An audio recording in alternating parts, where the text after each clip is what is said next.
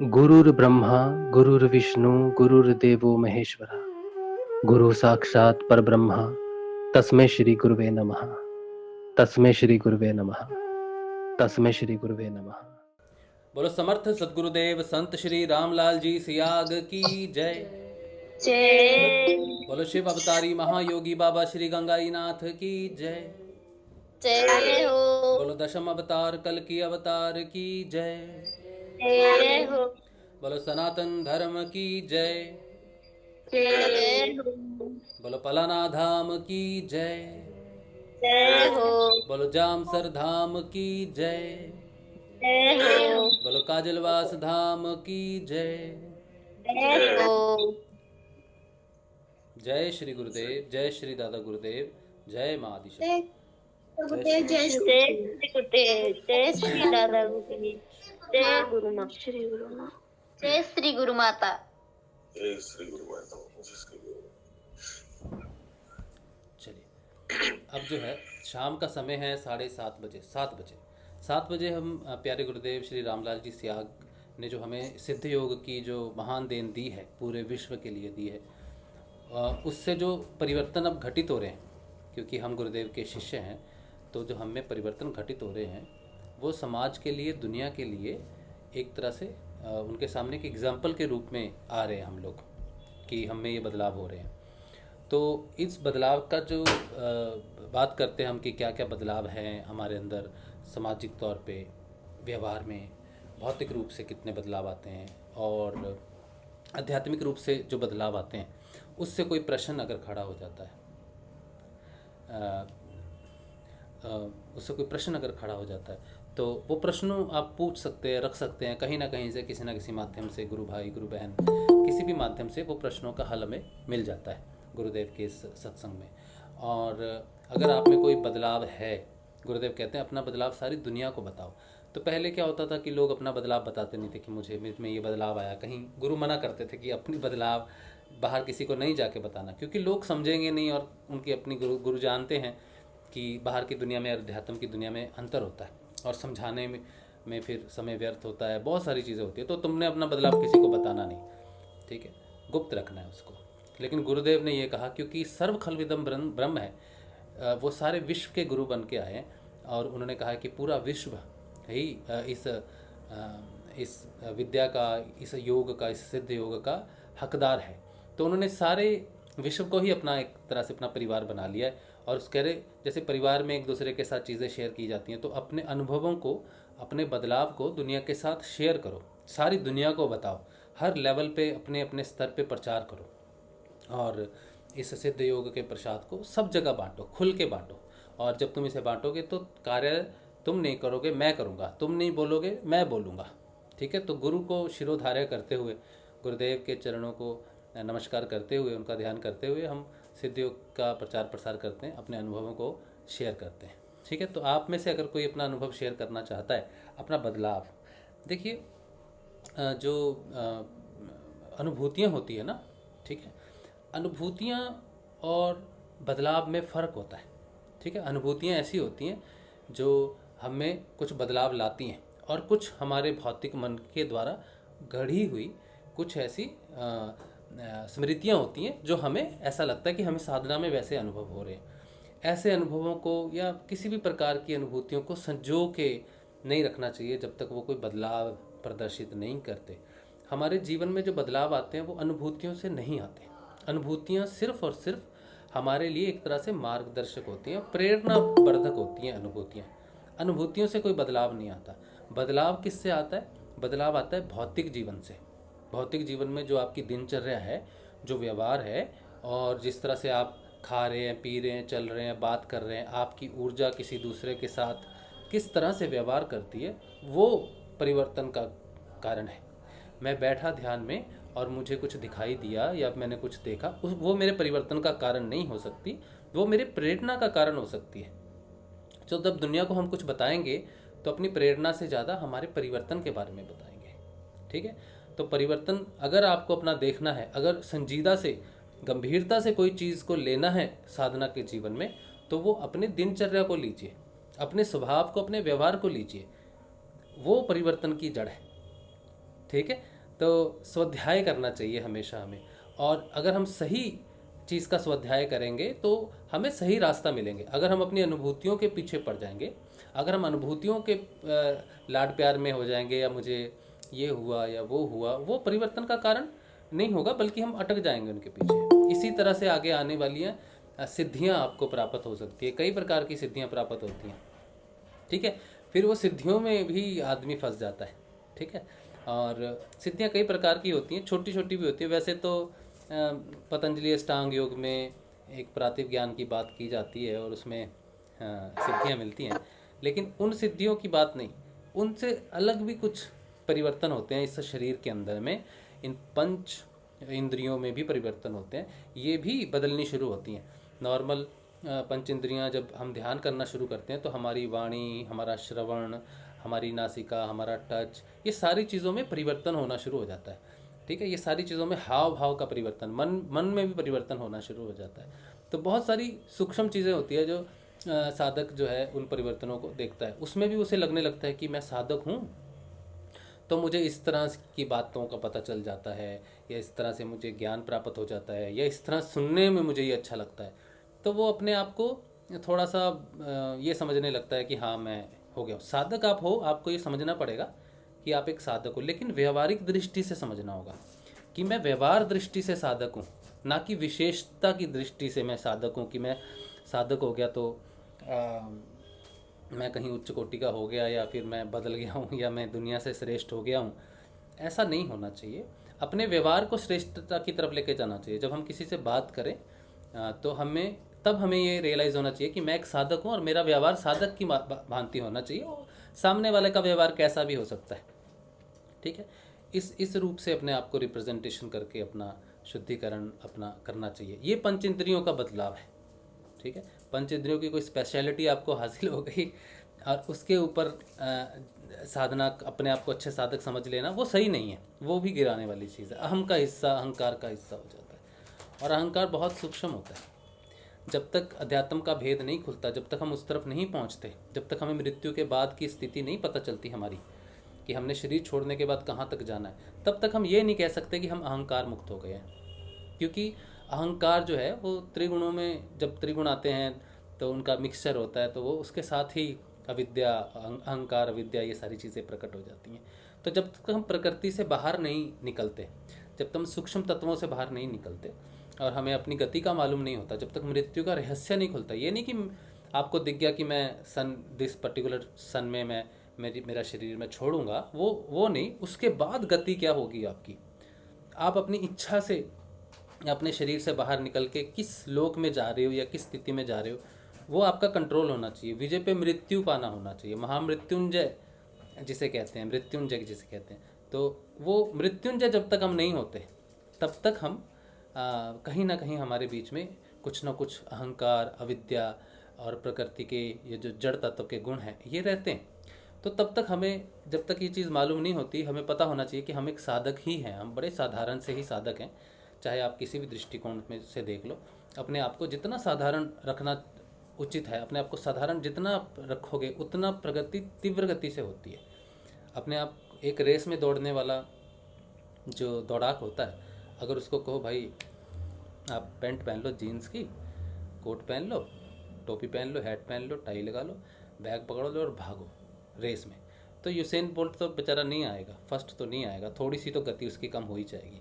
तो साधक भी अगर अपने ऊपर इस तरह की चीज़ें लाद ले कि मुझे इसके दर्शन हुए थे, या फिर मुझे इस तरह की अनुभूतियाँ होती हैं, या फिर मेरी पंच इंद्रियों में मेरा मन विशेष हो गया है, या फिर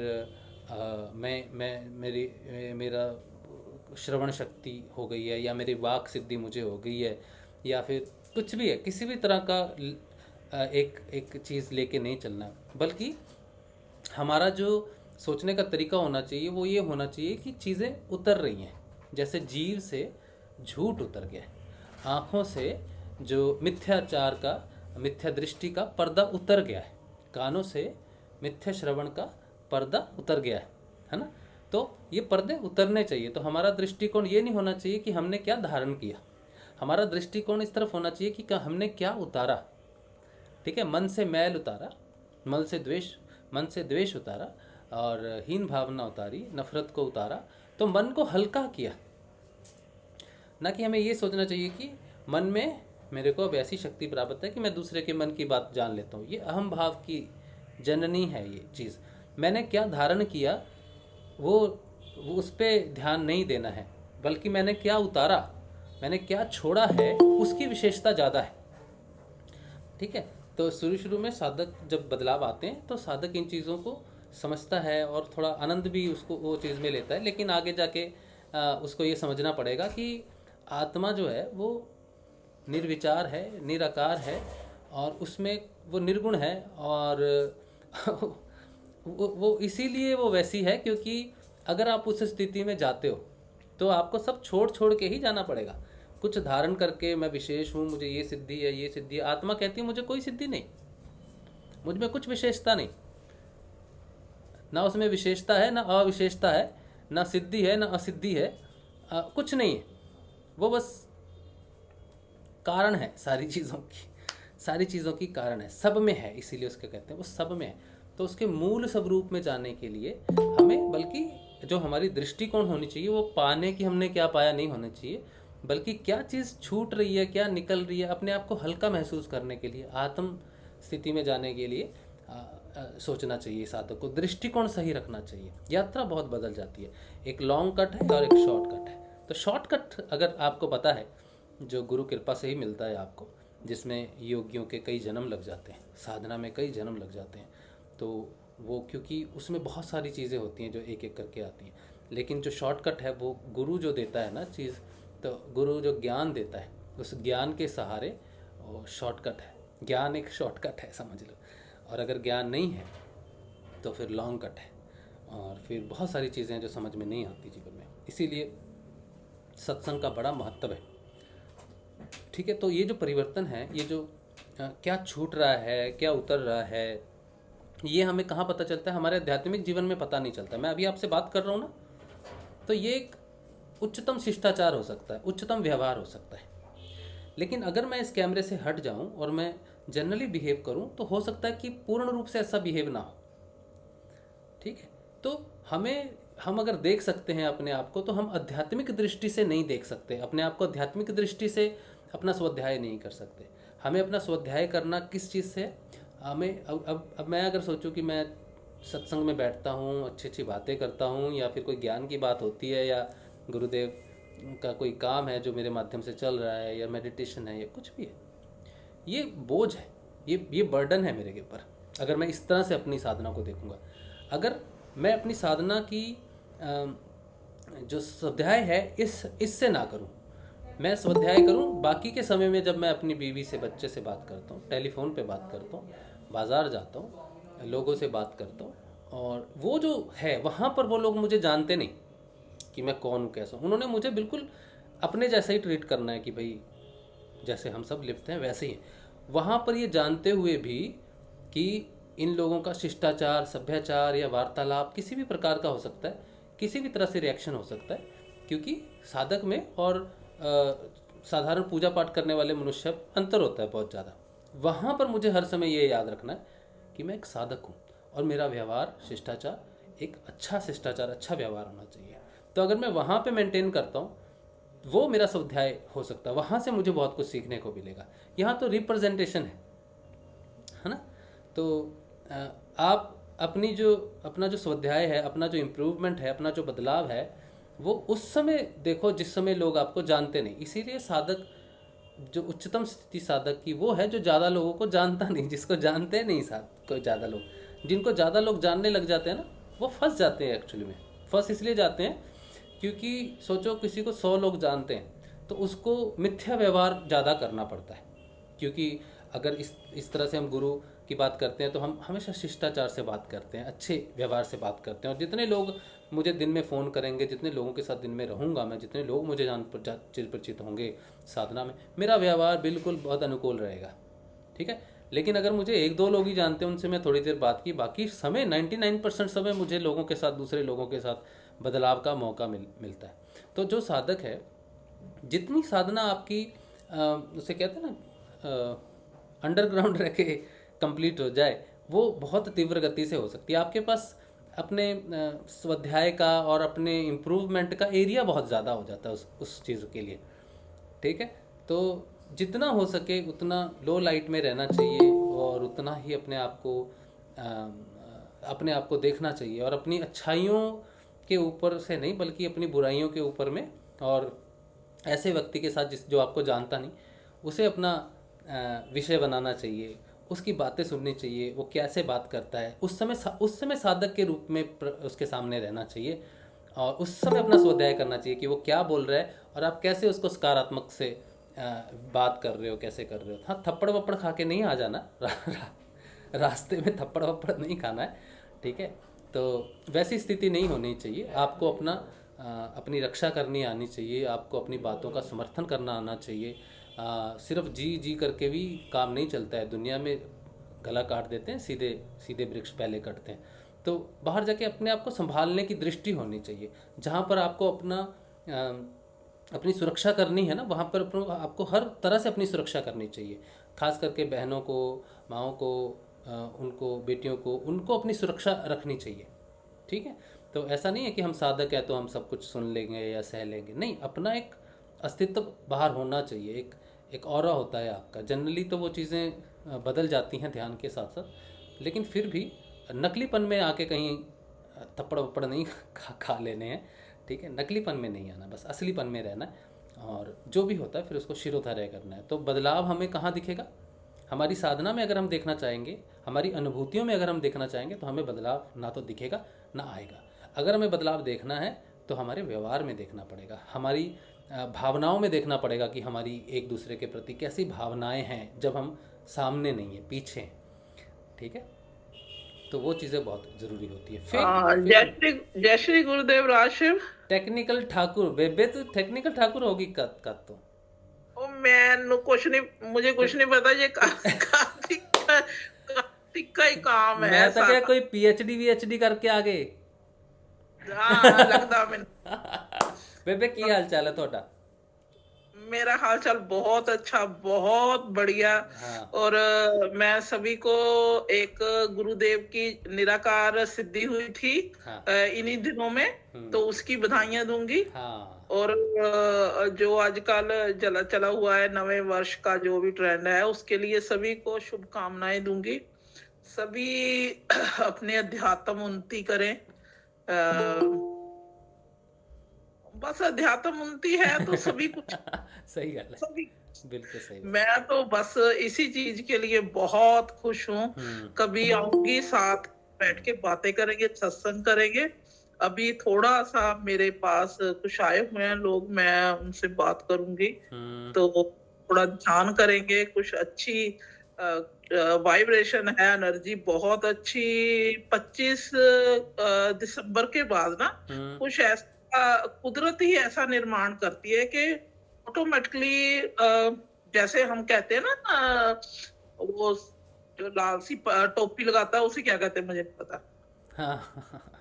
सेंटा क्लॉज। हाँ, वो गिफ्ट देता है ना। असल में भगवान हमें, वो गुरुदेव हमें गिफ्ट देते हैं एनर्जी, कॉस्मिक एनर्जी का। तो ये दिन पूरे ऐसे ही हैं। मैंने ये महसूस खुद किया। 25 के बाद के दिन ना कुछ कुदरती ऐसे है कि कॉस्मिक एनर्जी बहुत हाई लेवल की है। आप जितना ग्रहण करो उतनी बात देखो। हाँ, तो बस इसीलिए बस थोड़ा ध्यान करूंगी। आप सभी भी ध्यान करना आज। शक थोड़ी देर के लिए, फिर जैसे बेड पर बैठो, अपना अपना ध्यान अच्छा प्रभु भक्ति में लगाना कि हाँ, ये साल जो नया आए वो सभी का भला हो, मंगलमय हो, सभी के लिए, पूरी मानवता के लिए। ठीक है ना? तो बस जय श्री गुरुदेव। जय श्री। और सभी की बहुत याद आती है। मैंने कार्तिक नरहरि का वो भी देखा, वो जामसन गया हुआ था, फिर करणी मंदिर हुआ था। तो ये सारी चीजें दिल करता है कि इकट्ठे होते, फिर वहां मनाते। चलो, जैसे गुरुदेव की इच्छा। जैसे गुरुदेव की इच्छा। ठीक है ना? चलो, जय श्री गुरुदेव। जय श्री गुरुदेव। जय श्री गुरुदेव। उम्मीद है कि आप सभी अच्छे होंगे। मैंने आपका किसी का हाल चाल। जय श्री गुरुदेव माँ। जय श्री गुरुदेव माँ। नववर्ष की आपको भी बधाई। जय, आपके लिए भी बधाई। आप भी खुश रहें और हमारे ऊपर अपना आशीर्वाद बनाए रखें। गुरुदेव का आशीर्वाद। हमने हमने अपने आशीर्वाद क्या बनाए? हम तो आप वैसे मांगते हैं जैसे जय श्री गुरुदेव, जय श्री गुरुदेव। बैठो बैठो बैठो। कोई आ कुर्सियां गया? लेके आ। कोई आ गया है क्या आपके घर में? हाँ हाँ, वही मैंने आपको बताया कि थोड़ा अच्छा अच्छा थोड़ी है प्रॉब्लम में है बच्चा एक। अच्छा। तो जय श्री गुरुदेव। बैठिए बैठिए बैठिए। आप जय कभी गुरुदेव कभी बेबे। कैसे ऐसे कैसे किया जाता है इसको? हाँ ये देखिए। बेबे जय गुरुदेव। हाँ, बेबे जय गुरुदेव। ये बच्चा थोड़ी तकलीफ में है, मैं इसे देखूंगी ठीक फिर। ठीक ठीक। अच्छा हाँ हाँ बेबे, ठीक तुसी ठीक देख लो, ठीक तुसी ठीक। देख लो, तुसी देख लो, फिर जय बाद श्री चपा गुरुदेव कनेक्ट, कभी। बाद चपा कनेक्ट करूंगे। ठीक है बेबे। हाँ, ओके। ओके। अच्छा, तो ये प्रभज्योति हमारी गुरु बहन है। प्यार से हम उसे बेबे कहते हैं या माँ कहते हैं, क्योंकि बहुत समय से इन्होंने साधना की है, बड़े लंबे समय से साधना कर रही हैं। और जब हम किसी ऐसे साधक के संपर्क में आते हैं जिसकी ऊर्जा, जिसके जो चक्र जिन्हें कहते हैं वो ज़्यादा स्वतंत्र हैं, ज़्यादा खुले हुए हैं, तो उनकी ऊर्जा बहुत तीव्र गति से ऊपर उठती है। तो प्रभज्योति जी हमारी प्यारी गुरु बहन है, और इनकी ऊर्जा, इनके साथ जब हमने शुरुआती तौर पर ध्यान किया था तो बहुत लोगों की ऊर्जा उठनी शुरू हो गई थी। बहुत लोगों के हृदय स्पंदित होने शुरू हो गए थे। किसी का कंठ स्पंदित हो रहा था, किसी का आज्ञा चक्र स्पंदित होता था, किसी का हेड स्पंदित हो रहा था। और पूरे शरीर में जहाँ जहाँ जिसकी ऊर्जा उस समय थी वो स्पंदन में इतनी तीव्र गति से आई, और काफ़ी मदद मिली थी उस समय साधकों को अपने आप को समझने के लिए, कैसे स्पंदन होता है ऊर्जा का बहाव। गुरुदेव किसी ना किसी माध्यम से हमारी मदद करते हैं। तो एक अच्छे साधक के साथ जब आप बैठते हो ना, तो डेफिनेटली वो एक ऊर्जा का स्रोत, एक ही ऊर्जा का स्रोत गुरुदेव का है, हमारे अंदर भी वही स्रोत है, पर कहीं लाइट ज़्यादा है, कहीं अभी शुरुआती तौर पे है। तो वो कभी भी ऊर्जा एक व्यक्ति से, एक साधक से दूसरे साधक में कभी जाती नहीं। गुरुदेव ने साफ कहा है कि जो मेरे अंदर है वो आपके अंदर है।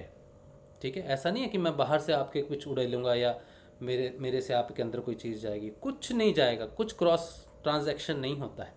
जो आपके अंदर है वही प्रज्वलित हो जाता है।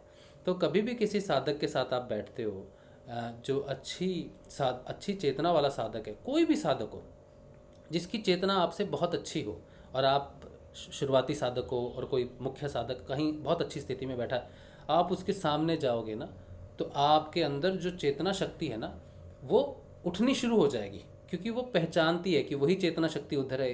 तो वो साधकों को, इसीलिए ग्रुप में जब हम मेडिटेशन करते हैं, उसका भी उद्देश्य ग्रुप मेडिटेशन का यही होता है कि हम में से बहुत सारे साधक हैं जिनकी चेतना शक्ति थोड़ी ऊपर हो सकती है, और कुछ ऐसे साधक होंगे जिनकी चेतना शक्ति अभी उतनी ऊपर नहीं है। तो जब हम ग्रुप मेडिटेशन करते हैं तो एक सामूहिक रूप से वो प्रभाव पड़ता है सबकी चेतनाओं पे। जो जिसकी चेतना ऊपर है उसको सबकी चेतना का प्रभाव मिलता है, और जिसकी चेतना ऊपर है, जिसकी चेतना नीचे है, उसको भी साथ उठने का ये मिलता है, मौका मिलता है। तो ग्रुप मेडिटेशन इसी तरह से ही, इसीलिए ग्रुप मेडिटेशन सामूहिक तौर पे जो ध्यान किया जाता है, यज्ञ किए जाते हैं और मंत्रों का जाप किया जाता है, वो इसीलिए किया जाता है कि एक चेतना बड़े, जैसे एक लकड़ी में अगर आग लगाओगे आप तो आपको कितनी अग्नि मिलेगी। अगर वहीं पर ही 100 लकड़ियाँ इकट्ठी करके आप अग्नि लगाओगे तो आपको कितनी ऊर्जा मिलेगी। तो बस वो लकड़ियाँ जो एक साथ मिल जाती हैं और उनका प्रभाव बढ़ जाता है, यही प्रभाव चेतना का पड़ता है। लेकिन इस चीज़ को गलत इंटरप्रेट नहीं करना चाहिए। हालांकि बहुत इस चीज़ का गलत इंटरप्रिटेशन हुई उस समय। कभी भी कोई भी साधक आपको कुछ नहीं दे सकता, कुछ भी अपने अंदर से आपके अंदर नहीं उड़ेल सकता। इम्पॉसिबल है कि कोई अपने अंदर से आपको कुछ दे दे।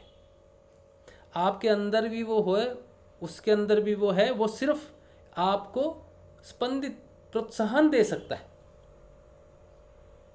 इसीलिए कहते हैं कि आत्मा एक है। अगर आत्मा एक है जो मेरे अंदर है, और 750 करोड़ लोगों के अंदर जो आत्मा है वो एक ही है, बस अलग अलग भिन्न भिन्न रूप में दिखाई देती है, लेकिन उसका मूल वो एक ही। अगर मैं अपने आत्मा के बारे में पूर्ण रूप से जानकार हो जाऊंगा तो मैं जहाँ जहाँ आत्मा व्याप्त है उस सब के बारे में जानकार हो जाऊंगा। ये सर्वव्यापकता, इसे ही कहते हैं कि ईश्वर सर्वव्यापी है। वो इसीलिए सर्वव्यापी है क्योंकि वो सब में वो बसता है, कुछ भी बाहर से लेना देना ट्रांजैक्शन कुछ भी नहीं होता, ठीक है। लेकिन कुछ लोगों ने इसको समझा नहीं, इस ज्ञान को, इस विषय को समझा नहीं, और बहुत उस समय गुरुदेव का एक प्रयोगशाला की तरह से हुआ था वो, कुछ भी गलत नहीं था उसमें। अगर गलत होता तो आज गुरुदेव आशीर्वाद नहीं देते हमें, और हम एक साथ नहीं बैठे होते या गुरुदेव के बारे में बात नहीं करते। उनकी इच्छा के बिना कुछ भी नहीं घटित होता, जो भी घटित होता है वो उनकी इच्छा से होता है, ठीक है। अच्छा, तो मैं ये बात कह रहा था, YouTube पे मुझे थोड़ा जाने दीजिए, देखता हूँ अगर कोई मैसेज अगर YouTube पे कुछ हो तो मैं देख लेता हूँ। और YouTube पे कुछ एक स्पैम मैसेजेस आते हैं आजकल, आप उनको अवॉइड कीजिए, ठीक है।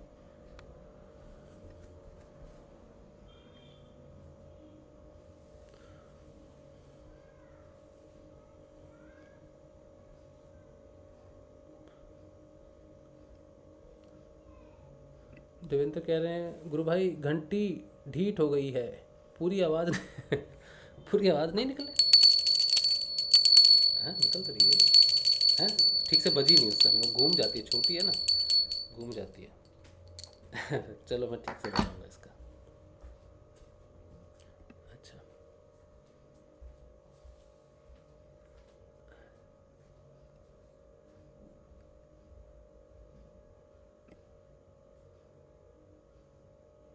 हाँ, बेबो आकू जी एक आईडी है, कह रहे हैं भैया उर्मिला जी से फोटो वाला रहस्य पूछिए। हाँ कहाँ है? हाँ जी, गुरुदेव, जय गुरुदेव। वो फोटो तो कुछ अलग ही है। हाँ क्या अलग है? गुरुदेव ने वो एक ही फोटो है, गुरुदेव ने दिखाया था, वो बख्शी जी के पास है। गुरुदेव ने बताया कि वो उसमें ना ब्लड के निशान है गुरुदेव की फोटो पे। सुन रहा है मेरी बात सबको? बढ़ो आगे बढ़ो, मेरी आवाज बीच में ना ही आए तो। उस पे गर्दन पे ऐसे और जगह जगह जगह, वो बोले इन पे देखो कुछ दिखाई दे रहा। मैंने यहाँ कुछ स्पॉट से दिख रहे, जैसे खून बह के भी आ रहा है। तो बोले ये एक ही फोटो है, ये गुरुदेव ने यहाँ पे रखी थी ध्यान केंद्र में। बोले ये एक ही फोटो तुझे दिखा रहा हूँ, ये कि मैं ही जीसस था। अच्छा, और उस फोटो को देखते हैं ना, सच में ही कुछ अलग फील होता है। वो एक साइड में रखी हुई है, बोले निकलवाई, वो इनसे निकलवाई, हस्बैंड भी साथ थे ना, बोले इसको ना आराम से निकालो, देखिए, बोले इसको देखो, इसमें कुछ दिख रहा है। बहुत पुरानी फोटो गुरुदेव की। हाँ देख ली, ये फोटो यही वाली है जो आप देख रहे हो यहाँ पर, वो ब्लैक एंड व्हाइट में है एक्चुअली। उसी में, हाँ उसी में है, एक में ही है और किसी में नहीं है। कोई भी फोटो देखो आप, गौर से देखो, किसी में मिलेगा ही नहीं है। तो आपने फोटो खींची? फोटो खींची तो थी, उस फोटो में पता सुमन के पास, सुमन ने खींची थी, पर शायद उस फोटो में नहीं आया है वो। चलो ये भी गुरु कृपा ही है कि नहीं आया, नहीं तो फिर वो थोड़ी अलग चीज मिलेगी, बोले वो और कहीं भी नहीं मिलेगी, खूब देखो कोशिश करके। अच्छा, बस गुरुदेव ने ये कह दिया ना कि मैं ही जीसस हूँ, जीसस हूँ, हाँ बस बात खत्म होगी यहीं पे, फिर तो कोई सबूत थोड़ी चाहिए। हाँ जी। गुरु और वाक्य वहाँ पे क्या आनंद आया है ये भगवान, मैं बता नहीं सकती। गुरुदेव की इतनी कृपा बरस रही थी, दादा गुरुदेव की, और इतनी भीड़। अगर कोई गुम हो जाए ना अपना, तो वो लास्ट टाइम में ही मिलेगा जब सब चले जाएंगे इतनी भीड़, और क्या जबरदस्त भंडारा वहाँ पे। कहाँ पर? बख्शी जी जामसर में। अच्छा, जामसर में भीड़ थी बहुत। है बहुत भीड़, बहुत। नरहरि भाई से पूछो, बहुत ज्यादा भीड़। भंडारे में भी क्या लाइन लग रही, दर्शनों की भी इतनी लंबी लाइन लग रही। हाँ। और जबकि अनाउंसमेंट कर रहे कि प्रसाद लो और जाओ, इतनी भीड़, जा रहे थे लोग, बाग रुक नहीं रहे थे, लेकिन इतनी भीड़ मैंने नहीं देखी कभी भी। क्या बात है, बहुत बढ़िया। हाँ, और गुरुदेव की समाधि पे गए, वहां भी गाड़ियों पे गाड़ियां खड़ी थी, वहां पे भी भंडारा किया था, घर पे बनाया था प्रसाद। और माँ से मिलके तो, माँ की तो बस पूछो मत, माँ तो का तो स्पर्श ही ऐसा था कि बता नहीं सकते। माँ तो क्या बोलती है, क्या प्यार करती है बच्चों को कि मत पूछो बात। ऐसे माँ से जप्फी पा के मिल रहे थे, माँ प्यार कर रही थी, गले लगा रही थी, फूल बरसा रही थी हमारे ऊपर माँ। माँ पे हम बरसाने नहीं पा रहे थे, माँ बरसा रही थी हम पे ज्यादा। अच्छा। और माँ पता नहीं क्या, और हम खिला रहे थे तो माँ अपने हाथ से पहले हमें खिला रही थी। और माँ की बात तो बस बता नहीं सकते, उस माँ की तो बस महिमा ही अपरंपार है। कह रही मुझे कहीं मत ढूंढो, मैं तुम्हारे अंदर हूँ। बिल्कुल सही कहा मैंने। कह रही कहाँ ढूंढ रहे हो, तुम्हारे अंदर हूँ मैं, तो बाहर हूँ ही नहीं कहीं भी। जितना तुम्हारा गुरु तुम्हारे अंदर ना, उतनी मैं भी हूँ, ये भी बोला माँ ने। क्या बात है, बात ही खत्म कर दी मैंने। वाह। लेकिन मैं तुम्हारे साथ हूँ, लेकिन प्रचार करो, बस इसी में है सब कुछ, गुरु का प्रचार करो। बार बार यही कह रही थी माँ, तो बस प्रचार करो। बाकी और नरहरि भाई बताएंगे कि माँ की विदाई कैसे हुई गढ़वाला गांव से। अच्छा चलो नरहरि भाई जी, नरहरि भाई के मुंह से सुनो, बहुत अच्छी बातें बताएंगे माँ के बारे में। हरी लूट नरहरि भाई बाराती बन के गए थे ना। यार ये तो बहुत अच्छी बात करी, बाराती लोग, वाह नरहरि भाई वाह बताएंगे वाह आगे। है, ये तो उच्च कोटि की बात होगी। और बाराती जहाँ पर गुरु माँ के फेरे हुए थे ना, गुरु माँ की शादी हुई थी, उनके घर अब पहली बार ही शादी होगी कोई लड़की की आगे, गुरु माँ के बाद में। मतलब अभी तक गुरु माँ की, गुरुदेव की शादी हुई थी ना उस आंगन में, जो लड़की की शादी होती है आंगन में, उनके गुरु माँ के बाद अब गुरु माँ के वो भतीजे की बेटी की शादी होगी अब। ओ अच्छा, इतने वर्षों बाद घर में शादी होगी। हाँ अच्छा, भावना बहन भी मिली वहां पे हमें, बहुत अच्छा लगा, बहुत अच्छा लगा। नरहरि भाई आप बोलने की स्थिति में है? गुरु परिवार मिल गया था तकरीबन। ध्यान हाँ तो नहीं बहुत लग रहा? अच्छा लगा, अपना परिवार मिला ना, बहुत ही अच्छा लगा। सच में ही बरस रहा था वहां पे, बरस रहा था, अमृत बरस रहा था, मजाक नहीं करती कि क्या है कि वो तो देखने वाला ही बता सकता वहां की एनर्जी उस टाइम पे। हाँ। और माँ ने एक बार मुझे स्वप्न आया भी, मैं माँ को गोद में लेकर उस जगह लेकर गई हूँ। तो फिर मैंने माँ को बोला भी आपके गले में बहुत सारी ये है लॉकेट, मुझे दे दो ये निशानी माँ आप। तो माँ ने बोला तुझे बाद में दूंगी। तो वो अब दिए माँ ने मुझे, गुरुदेव का लॉकेट। हाँ हाँ माँ ने कमला पहना। बहन लाए थे हैदराबाद से, वो अहमदाबाद से। अच्छा अच्छा। हाँ तो माँ ने मुझसे पूछा तन्ने की दिखा है के, तेरो ध्यान किया लगा है? हाँ। मैं कि माँ मैंने तो की को दिखा है, मुझे तो कुछ दिखाई नहीं देता, कोई ध्यान नहीं लगता मेरा तो। हाँ। आप ही आए थे मेरे तो सपन में। अच्छा फिर हंसे मेरे सामने का, अच्छा मैं आई थी। और फिर मेरा कोई ध्यान नहीं लगता है। और फिर माँ वो बता भी रहे थे भी मुझे तो बेटा एक नहीं भूतनी दिखाई देता, भूत भी वो मन तो कृष्ण भगवान दिखाई देता। और गुरुजी मैंने डराता खतरना भूत दिखे। तेरे पीर गा माँ लड़ाई होगी नहीं बिगा माँ कोई समझ जोड़े वो दिखे तने। अच्छा अब थोड़ा हिंदी में आ जाओ। हाँ तो वो एक बार मैंने माँ ने बोला वैसा ही बताया। तो माँ ने कहा भी गुरुदेव मुझे डराते। बोले तेरे मायके में लड़ाई होगी थी ना जमीन के खातिर, उसके अंदर कोई किसी की डेथ होगी, वो दिखाई दे रहा है तुझे, वो छोड़ेगा नहीं। अच्छा। तो मुझे सब कहते थे तू बोली है। बेटा मैं बोली नहीं हूँ। मुझे तो दुखों का पहाड़ गिर गया ना, तो मैं दब गई। अच्छा। मैं सब कुछ जानती हूँ, मैं बोली नहीं हूँ। और माँ ने बोला अब तुम्हारे गुरुदेव तो कृष्ण भगवान बन गए, मोर पंखाड़ा कृष्ण जी बन गया। तो मैं क्यों माँ तो हमारे गुरुदेव कृष्ण भगवान है तो आप राधा हो। ए बेटा इतो मोटो दर्जो ना दियो मने, ए भक्तो ते इतो मोटो दर्जो ना दियो मने। मैं कौन ही राधा, मैं कि नहीं माँ आप राधा हो कहाँ। तो फिर मैं बता के और हाँ भरती है माँ। हाँ फिर मना कर देती नहीं। हाँ अब बहुत बातें करती है माँ। नरहरि भाई बताएंगे कि माँ ने क्या कहा था कि गुरुदेव से कब मिली, शेर पे आया था तो मैं शेर पे आई थी। नरहरि भाई बताएंगे, देखो क्या क्या बोल रही थी माँ। भावना जी की बात पूरी होगी? भावना जी की और कुछ बात है? हाँ। नहीं एक बात और है, मैं बैक साइड सभी चले गए माँ से मिलकर। तो मैं माँ के लिए घर से बनाए हुए पापड़ गुड़ वगैरह लेकर गई। तो माँ का अच्छा, और हाँ ये आधा भाभी को दूंगी, भाभी का भी भाई इसमें सिर है, हिस्सा है भाई, भाभी के लिए भी रखूंगी। और फिर मैं बैक साइड चली माँ से प्रार्थना करती हाथ जोड़ते हुए, माँ दोबारा बुलाना। तो माँ ना वैसे चारपाई पर बैठे थे, और जब जहाँ हम खड़े थे ना वो धरती को छू के माँ अपने माथे पर लगा रहे हैं, छू छू कर भी बता रहे हैं आप बड़े हो। अच्छा, मैं तो क्या हूँ। अच्छा, वो देखकर बहुत ऐसा मन में हुआ। माँ पैर छू रहे थे बार बार जमीन को जहाँ पर हम खड़े थे।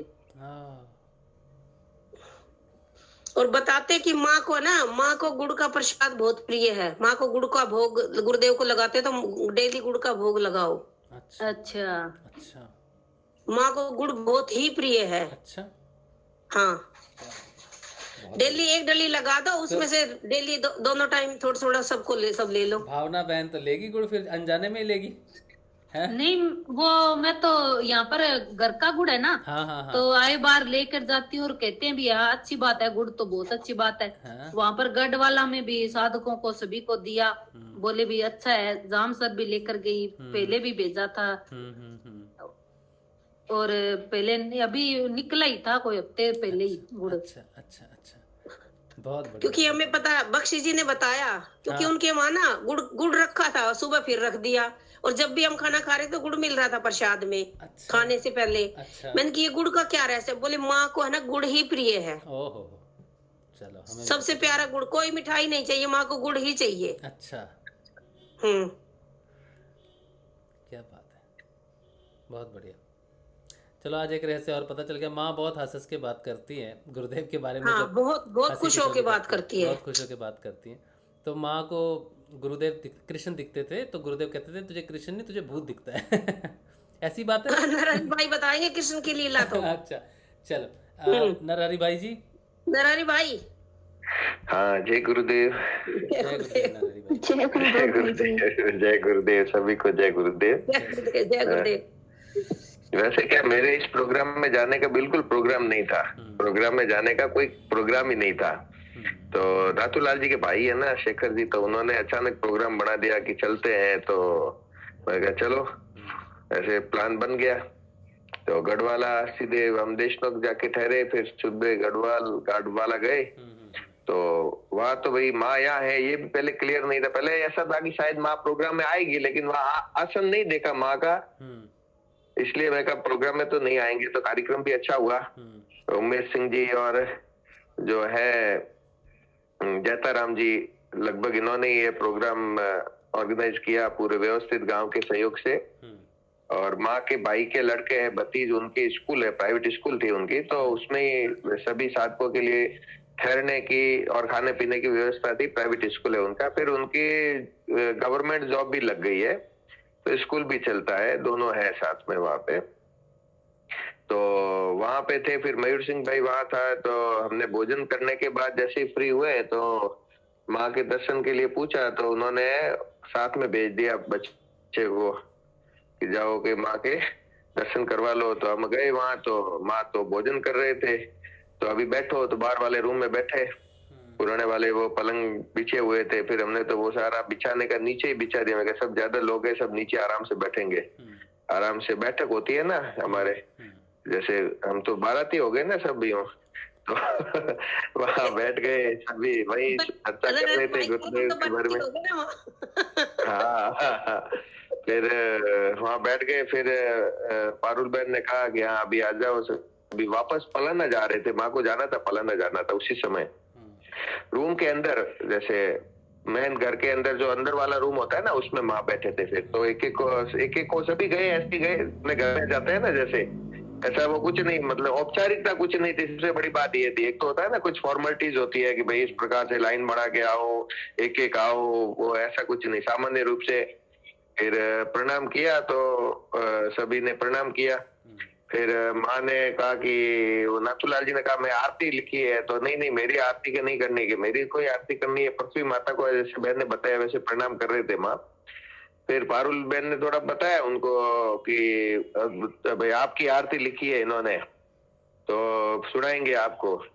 तो उन्होंने नाथूलाल जी ने सुनानी शुरू की। तो माँ तो खड़े हो गए, दोनों हाथ जोड़ के, और पूरी आरती को बहुत गौर से सुना। सुन के खूब सबको आशीर्वाद दिया। मतलब ऐसा नहीं कि भाई किसी को आशीर्वाद कम दो, किसी को ज्यादा दो, हंस हंस के लुटा रही है बस। वो कहते हैं ना ईश्वर की दर तक पहुंचना एक साधक के लिए बड़ी बात होती है। अगर किसी कारण से गुरु कृपा से अगर कोई उस परमात्मा के करीब पहुंच जाता है तो उसके बाद वो परमात्मा कोई कंजूसाई नहीं करता है कि भाई किसी को देना है, इसको नहीं देना है, कम देना है, ज्यादा देना है। मतलब जितना अधिक से अधिक, अधिकतम। और हमें आरती के कारण हमें पास में खड़ा रहने के लिए भी हमें समय भी अच्छा मिला, क्योंकि मैंने पूरा रिकॉर्ड भी किया था, लेकिन अंधेरा था इसलिए वो आवाज मतलब फोटो क्लियर नहीं आया, अंधेरा था ना, रूम के अंदर था। तो माँ ने फिर पूरी आरती सुनी। आरती सुनने के बाद सबने प्रणाम किया, दो बार भी प्रणाम करने वालों ने किया। और फिर उसी समय माँ को तो प्रस्थान करना था, तो अब समय आता है विदाई का। आवाज आपकी आवाज लो हो गई है। आवाज पहले अच्छी खासी आ रही थी। आवाज नहीं आई आपकी? बढ़िया आ रही थी आवाज, पहले लाउड आ रही थी।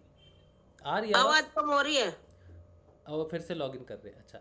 अच्छा, बीच में मैं आपको एक इन्फॉर्मेशन दे देता हूँ कि कल से सुबह का ध्यान चालू होगा। बीच में सेहत थोड़ी मेरी ख़राब हो गई थी तो सुबह का ध्यान बंद हो गया था। कल से 1 जनवरी है, कल गुरुदेव का सिद्धि दिवस है, जैसा कि बेबे ने बताया हमें। तो मुझे जो प्रेरणा मिली है वो भी यही है कि कल से ध्यान शुरू करो। सुबह 6:30 का जो ध्यान बंद था, कल सुबह 6:30 बजे ध्यान शुरू होगा फिर से, ठीक है। और एक विशेष है बात, वो अभी नहीं, वो कुछ दिनों बाद करेंगे। तो कल से सुबह का ध्यान भी शुरू होगा। जो लोग करना चाहें वो इसी लिंक से ज्वाइन कर सकते हैं। हाँ जी, नरहरि भाई। हाँ, जय गुरुदेव। तो फिर माँ की विदाई का समय हो गया, तो सभी मिलके माँ को विदाई कर रहे थे, वहाँ के परिवार के सदस्य वगैरह। तो इतने वर्ष हो गए हैं, उसके बावजूद भी वही परंपरा कि एक पीहर से, एक पिता के घर से जब बेटी विदाई होती है ना बेटी की, तो उसकी आंखों में आंसू आ जाते हैं, सभी उनके सिर पे हाथ फेरते हैं, ऐसे है ना उनको। तो इस प्रकार से माँ की विदाई हो रही थी, तो वो एक बहुत ही एक तरफ आनंद दे रहा था और एक प्रकार का भावुक पल था वो एक। और वो कि वो क्या कि सभी गुरु भाई बहन कहाँ से आ गए, उनके परिवार के भी सदस्य थे। तो बारात की जैसी विदाई होती है ना, वो वैसा ही दृश्य था उस समय। उस समय लगा कि दुल्हन अभी जा रही है और बारात की विदाई हो रही है। तो उसको मैंने वो शूट किया था पूरा। तो सबके फोटोग्राफ्स भी लिए और फिर माँ को सभी ऐसे लाड कर रहे हैं और विदाई करवा रहे हैं। और माँ आके पहुंच रही है और घूंघट निकाला हुआ, थोड़ा सा ऐसे आधा घूंघट, कभी पूरा करे फिर पूरा घूंघट करे। तो वो भी एक बहुत ही आनंददायक पल था। फिर माँ गाड़ी में बैठे, गाड़ी में बैठने के बाद भी सभी उनको प्रणाम कर रहे हैं। फिर सब काफी समय, अच्छा समय मिला हमें। वो एक मतलब अचानक से जैसे सभी वो तत्व मिल जाते हैं ना, वैसे नहीं तो हम सब उधर भोजन कर रहे थे और माँ तो ऐसे निकल जाते तो पता ही नहीं चलता। लेकिन कहाँ से सारे गुरु भाई भी वहाँ उपस्थित थे और परिवार की, उनका पूरा परिवार वहाँ पे था। तो फिर माँ ने तो प्रस्थान किया, माँ ने आशीर्वाद भी बहुत दिए सबको।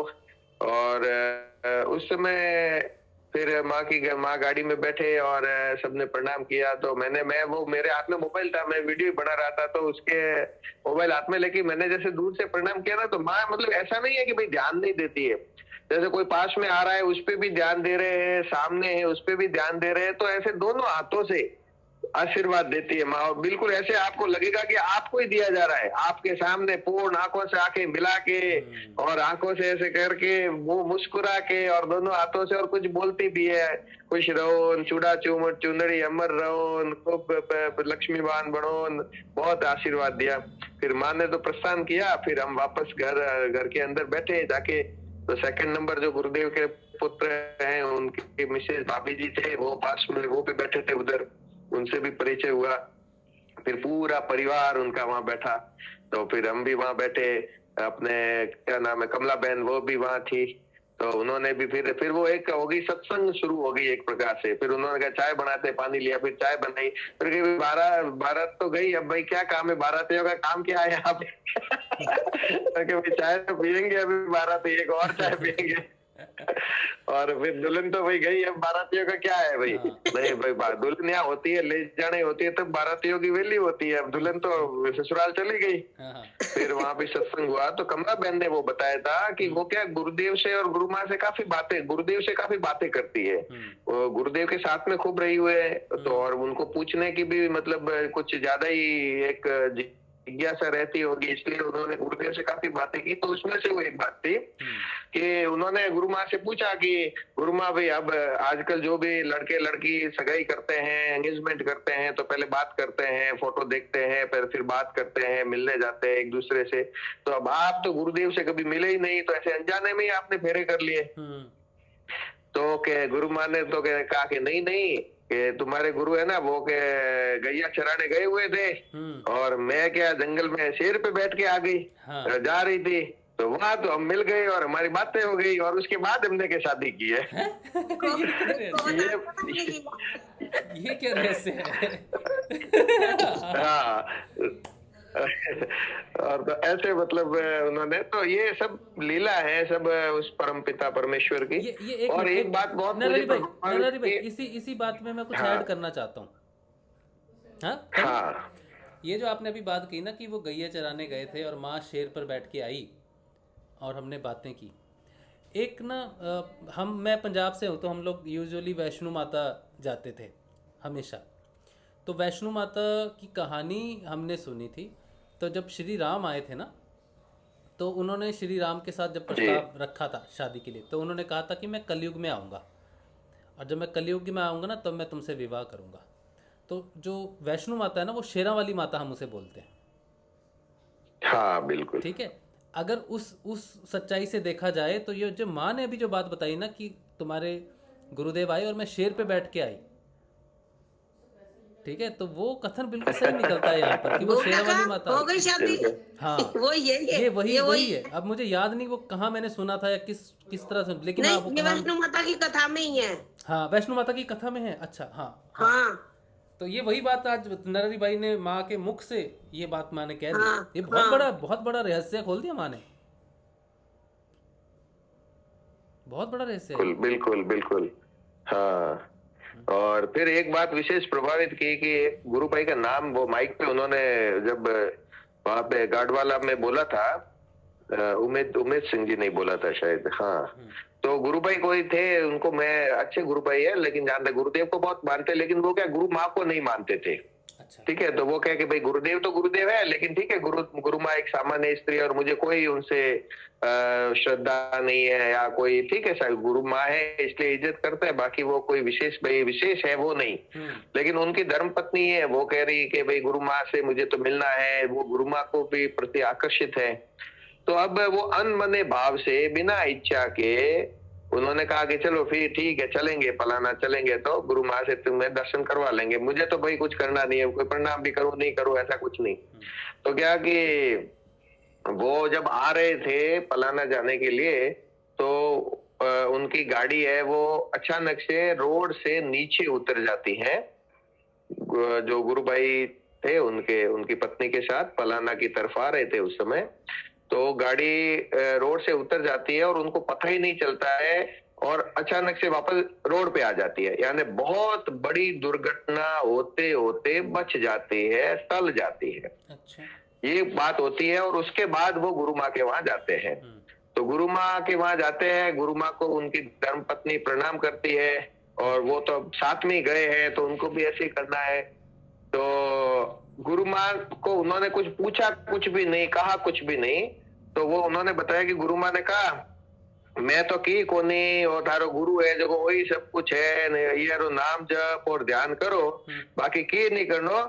मैं मारो तो इतो कौम है कि कोई गुरु रे कने जातो होए न उनकी गाड़ी कोई पटरी उतर जाए तो मैं मारी चूंदड़ी खींचने वापस रोड माथे ला दूं।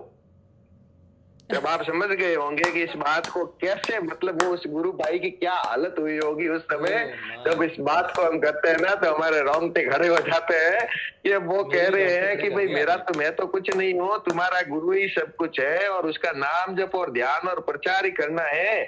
मेरा तो इतना ही काम है कि कोई गुरु भाई का काम कर रहा है और कोई गुरुदेव का काम कर रहा है और गुरु जी के वहां जा रहा है, उसकी गाड़ी रोड से उतर जाती है तो मैं अपनी चुनरी से खींच के उसको रोड पे ला देती हूँ और मेरा काम को नहीं। अब बोलो उस गुरु भाई का कैसा हो गया, वो तो चरणों में दंडवत हो गए और उस समय से वो गुरु माँ को मानने लगे। ये अभी ताजी ही मतलब घटनाक्रम अभी चला कोई। तो तो ऐसे है कि अब वो प्रकट हो रही है, वो शक्ति प्रकट हो रही है और हर रूप में। और ऐसे मतलब जब गुरु माँ के अब की बार जैसे मैं गया ना, तो मुझे कुछ ऐसा विशेष नहीं लगा कि भाई जैसे पहले तो एक था ना कि भाई गुरु माँ से मिलना कठिन, अब तो जैसे वो माँ है तो माँ से हम मिल सकते हैं। अब ऐसा नहीं है कि भाई माँ एक दुर्लभ नहीं रही। पहले जैसे माँ लगती थी ना, दूर का चांद है, हम तो कभी माँ के दर्शन के ऐसा लगता था हमको। ये नवरात्रे से पहले की बात है, मुझे ऐसे ही लगता था माँ के पास तो पहुंच ही नहीं सकते, हमारी औकात ही नहीं है। पर वो स्वयं आई, दर्शन दिए और फिर वहाँ भौतिक रूप से दर्शन दिए। और अभी देखो कितनी माँ ने बस जैसे लूट होती ना, हरी लूट जिसको बोलते हैं, वो पंडित जी बतासे लुटाते ना, लो भाई ले पकड़ लो, बरस रही है कृपा। ओ अल्टीमेट मजा, बहुत आनंद आता है यार। माँ को देखने में भी माँ इतनी प्यारी लगती है ना। हमें जब फोन आता है तो पूनम तो यही कहते हैं, ओ प्यारी माँ। और माँ भोलेपन में रहती है बिल्कुल। और उसकी बातें आप सुनोगे ना, जब वो हमारे साथ बातें करती है, उनकी बातें जब करती है हमारे साथ, तो वो ऐसी बातें करेगी कि यकीन ही नहीं होगा कि ये आदि शक्ति है। बीच में फिर वो थोड़ी सी एक बात कह देगी, छोटी सी बात, फिर वापस नॉर्मल बात में आ जाएगी, तो हमें पता ही नहीं चलता कि वो आदि शक्ति है और हमसे बात कर रही है। माया का पर्दा गिरा के रखती, बीच बीच में बताती भी है कि हाँ मैं कौन हूँ। और इतना देखो, एक और बात हुई, जब जैसे हम वहां थे ना, तो पहले फर्स्ट सेकंड टाइम में पलाना में मिला, तो मैंने ऐसे कहा कि आप ही आदि शक्ति हो, तो वो अचानक प्रकट हुआ था, है ना। मैंने बुद्धि का प्रयत्न उस समय नहीं किया था, पास में बैठा था, मेरा वीडियो भी है, तो अचानक प्रकट हुआ था, तो माँ ने हाँ बोल दिया। अब की बार क्या है कि ये बात सभी मेरे पास साथ में थे, गुरु भाइयों को भी पता था। अब की बार मैंने भी पूछा, वे साथ में थे, नाथूलाल जी भी थे, उनके शेखर भाई वो भी थे, उन्होंने पूछा तो माँ ने जवाब नहीं दिया। अब माँ को पता है कि ये रिपीट कर रहे हैं, ये इनको पता चल गया है ये रिपीट कर रहे हैं, इसलिए माँ ने कुछ नहीं कहा, दूसरी बातों में उलझाए रखा। तो ये मतलब ऐसा है। नहीं तो क्या होता कि भाई हाँ कि अगर ऐसे कोई होता है ना, फॉर्मेलिटीज होती है, तो हाँ कि बार बार इस बात को सुन के हाँ मैं ही हूँ, ऐसे नहीं। वो तो कभी अचानक ही वो बात प्रकट होती है। और जब माँ को पता चल जाता है कि मैंने एक बार इनको बता दिया है, तो बार बार पूछेंगे ना, तो फिर पूछना भी वैसे नहीं चाहिए, क्योंकि बार बार एक ही चीज को रिपीट नहीं करना चाहिए। लेकिन उन्होंने बताया नहीं, वापस नहीं कहा, कल वो बात रिपीट नहीं की माँ ने, तो वो भी लगा कि माँ को सब जानती है, वो तो अंदर से सब कुछ जानती है। जैसे सुमन बहन ने भी कहा कि अब वो माँ जब पहली बार वहां आए थे, पलाना में माँ आए थे, तो उस समय सामने बैठी थी, तो उनको तो सिर्फ माँ को देख के, स्टेज पे थे माँ, तो स्टेज पे देख के दर्शन ही कर रही थी, तो कि मुझे रोना ही आ रहा था बिल्कुल, और कुछ नहीं, बस आंखों से आंसू ही आ रहे थे। और पास वाले कोई डिस्टर्ब नहीं हो, तो मैंने के मुंह भी अपना मतलब बीच के बंद कर रखा था ऐसे। तो माँ ने कि मेरे सामने देखा, सुमन बहन ने बताया कि सामने देखा, और जैसे मुझे कहा कि तू मुझे इस भौतिक शरीर से नहीं अंदर से जान, है ना। ये ऐसी घटना हुई, वो बात खत्म हो गई। फिर ये अब कल माँ के वहां गए, अब वो की वो बात माँ को देखो, वो सारी चीज याद। अब माँ को पूछ लिया उन्होंने कि उस दिन माँ आपने मुझे ऐसा कहा था, तो क्या हाँ मेरे कहने, मैंने आंखों से इशारा करके मैंने तुझे यही कहा था, जो इन्होंने सुमन बहन ने समझा ना, वही बात कही थी। ये बात वहां वापस मतलब माँ ने हाँ बोला कि हाँ मैंने यही कहा था। तो ऐसा नहीं है, वो ऐसा नहीं है कि वो याद भूल जाए किसी को, न बुढ़ी हो गई है, न किसी को नहीं जानती है, ऐसा नहीं है। एक की चेतना के अंदर निवास करने वाली वो शक्ति है, और वो हम सबको, अभी हम बात कर रहे हैं ना, तो उनको पता है, मुझे लग रहा है माँ हंस रही है। बिल्कुल। और माँ ने हमें कहा, माँ ने साफ कहा, तुम्हारा गुरु बुड्ढा, मैं बुड्ढी नहीं हूँ। ये माँ ने कहा। हो गया, मैं बुड्ढी नहीं हूँ। क्या कहा राशिद भाई कि तुम्हारा गुरु बुड्ढा, मैं बुड्ढी नहीं हूँ। ये माँ ने कहा। आनंद आ गया नहीं। और भी माँ ने बड़ी नटखट सी बातें की है, मैं आपके साथ शेयर करता हूँ। माँ तेरी आज्ञा लेके कर रहा हूँ। पता नहीं मुझे करनी चाहिए कि नहीं। तो गुरुदेव का ये सत्संग होते थे ना, गुरुदेव जो स्पीचेस वगैरह दीक्षा प्रोग्राम करते थे, तो वो दिल्ली में रामदेव बाबा ने जब प्रोग्राम किया था, वो इलेक्शन चल रहे थे, तो उनको रामदेव बाबा की पिटाई हुई थी, फिर वो भागे थे वहां से। तो गुरुदेव भी गए वहां पे, तो माँ ने कहा कि रामदेव बाबा की पिटाई हुई थी, तुम्हारी नहीं हुई। तो गुरुदेव ने कहा मेरे साथ तू है ना तो मुझे कौन टच कर सकता है। ये बात माँ ने हंसी मजाक में बताई। मेरे साथ तू शक्ति है तो मुझे कौन टच कर सकता है। हाँ बिल्कुल सही है, ये रहस्य होते हैं ना। बहुत हंसी मुखी से माँ बात करती है। और एक बात मैं शेयर करना चाहता हूँ, वो भी बहुत अच्छी बात है। गुरुदेव और गुरु माँ कलकत्ते आए थे बहुत पहले, तो ये कनिका ने बताया हमें बाद में। तो माँ भी कॉल पे थी उस समय। तो उन्होंने कहा कि यहाँ पे एक मंदिर है बहुत फेमस, काली घाट मंदिर है, ठीक है। स्पेसिफिक काली घाट के मंदिर में एक ऐसी वो है, जगह है जहाँ से माँ के सामने से गुजरना पड़ता है, निकलना पड़ता है। तो माँ बोली मैं तो निकल गई वहाँ से, आपके गुरुदेव फंस गए। गुरुदेव फंस गए। और वो पंडित बोल रहा कि तुम विश्वास नहीं करते भगवान में, इसीलिए तुम फंस गए। तो गुरुदेव वहाँ फंसे हुए हैं। माँ बोली मैं तो निकल गई, लेकिन तुम्हारे गुरुदेव मंदिर में फंस गए। तो हम फिर मैं पूनम सोच रहे थे, मैंने कहा वो फंसे नहीं, माँ आदि शक्ति जो बैठी है ना वहाँ पर, उसने रोक लिया गुरुदेव को वहाँ पर जानबूझ के, तू कहाँ जा रहा है, तू यहीं। लेकिन पंडित कैसे जाने कि वो क्यों फंसे हैं वहाँ पर। तो वो तो लीला है। और उस समय गुरुदेव मतलब गुरुदेव खुद कहते हैं ना, मैं बिल्कुल भौतिकवादी था, मैं तो भैया सुनने को तैयार नहीं था कि भगवान की चीज़ है। वो तो उनकी माँ को चारों धाम के दर्शन करवाए और सब जगह लेके गए, और माँ भी साथ जाती थी, गुरु माँ। और इसी प्रकार वो कलकत्ता में भी आए माँ के दर्शन करने। पहली बार माँ से बात हुई, हाँ, जब माँ से पहली बार बात हुई फोन पे, तो माँ बोली थारा गुरु कृष्ण है, तुम उसका ध्यान करो। हाँ, तो मैं बोली माँ तू भी इधर आए ना। हाँ, तो दो बार बोली ना, तो दोनों बार हाँ भरी कि हाँ मैं राधा हूँ। हाँ वो है, वो अब राधा के लिए। हाँ बिल्कुल। हाँ अरे इतने सारी उसने कह दिया कि मैं शेर पे आई, ठीक है, मिली। तो हमें फिर भी अगर डाउट होता है तो फिर तो बड़ी मुश्किल बात है। फिर तो माँ स्वयं कहती है, वो हर बार अब रट भी नहीं लगा सकती, तो वो भी कि मैं राधा हूँ वो भी नहीं कह सकती। हाँ वो बहुत बीच बीच में कहती है, क्योंकि ज़रूरी है, हमारे लिए ज़रूरी, कि हमारी इतनी जड़ बुद्धि है कि हमें बार बार सुनना है, 1000 बार सुनना है, हमें शांति नहीं मिलती। माँ को हाथ से स्वेटर और शॉल उड़ा रहे थे, चप्पल जूते जुराब पहना रहे थे, माँ इतनी खुश होकर पहन रही थी। और वो कहते पहन रखे थे, नहीं मेरी तेली लाई है मैं तो पहनूंगी। अच्छा, हाँ, कौन लेके गया था?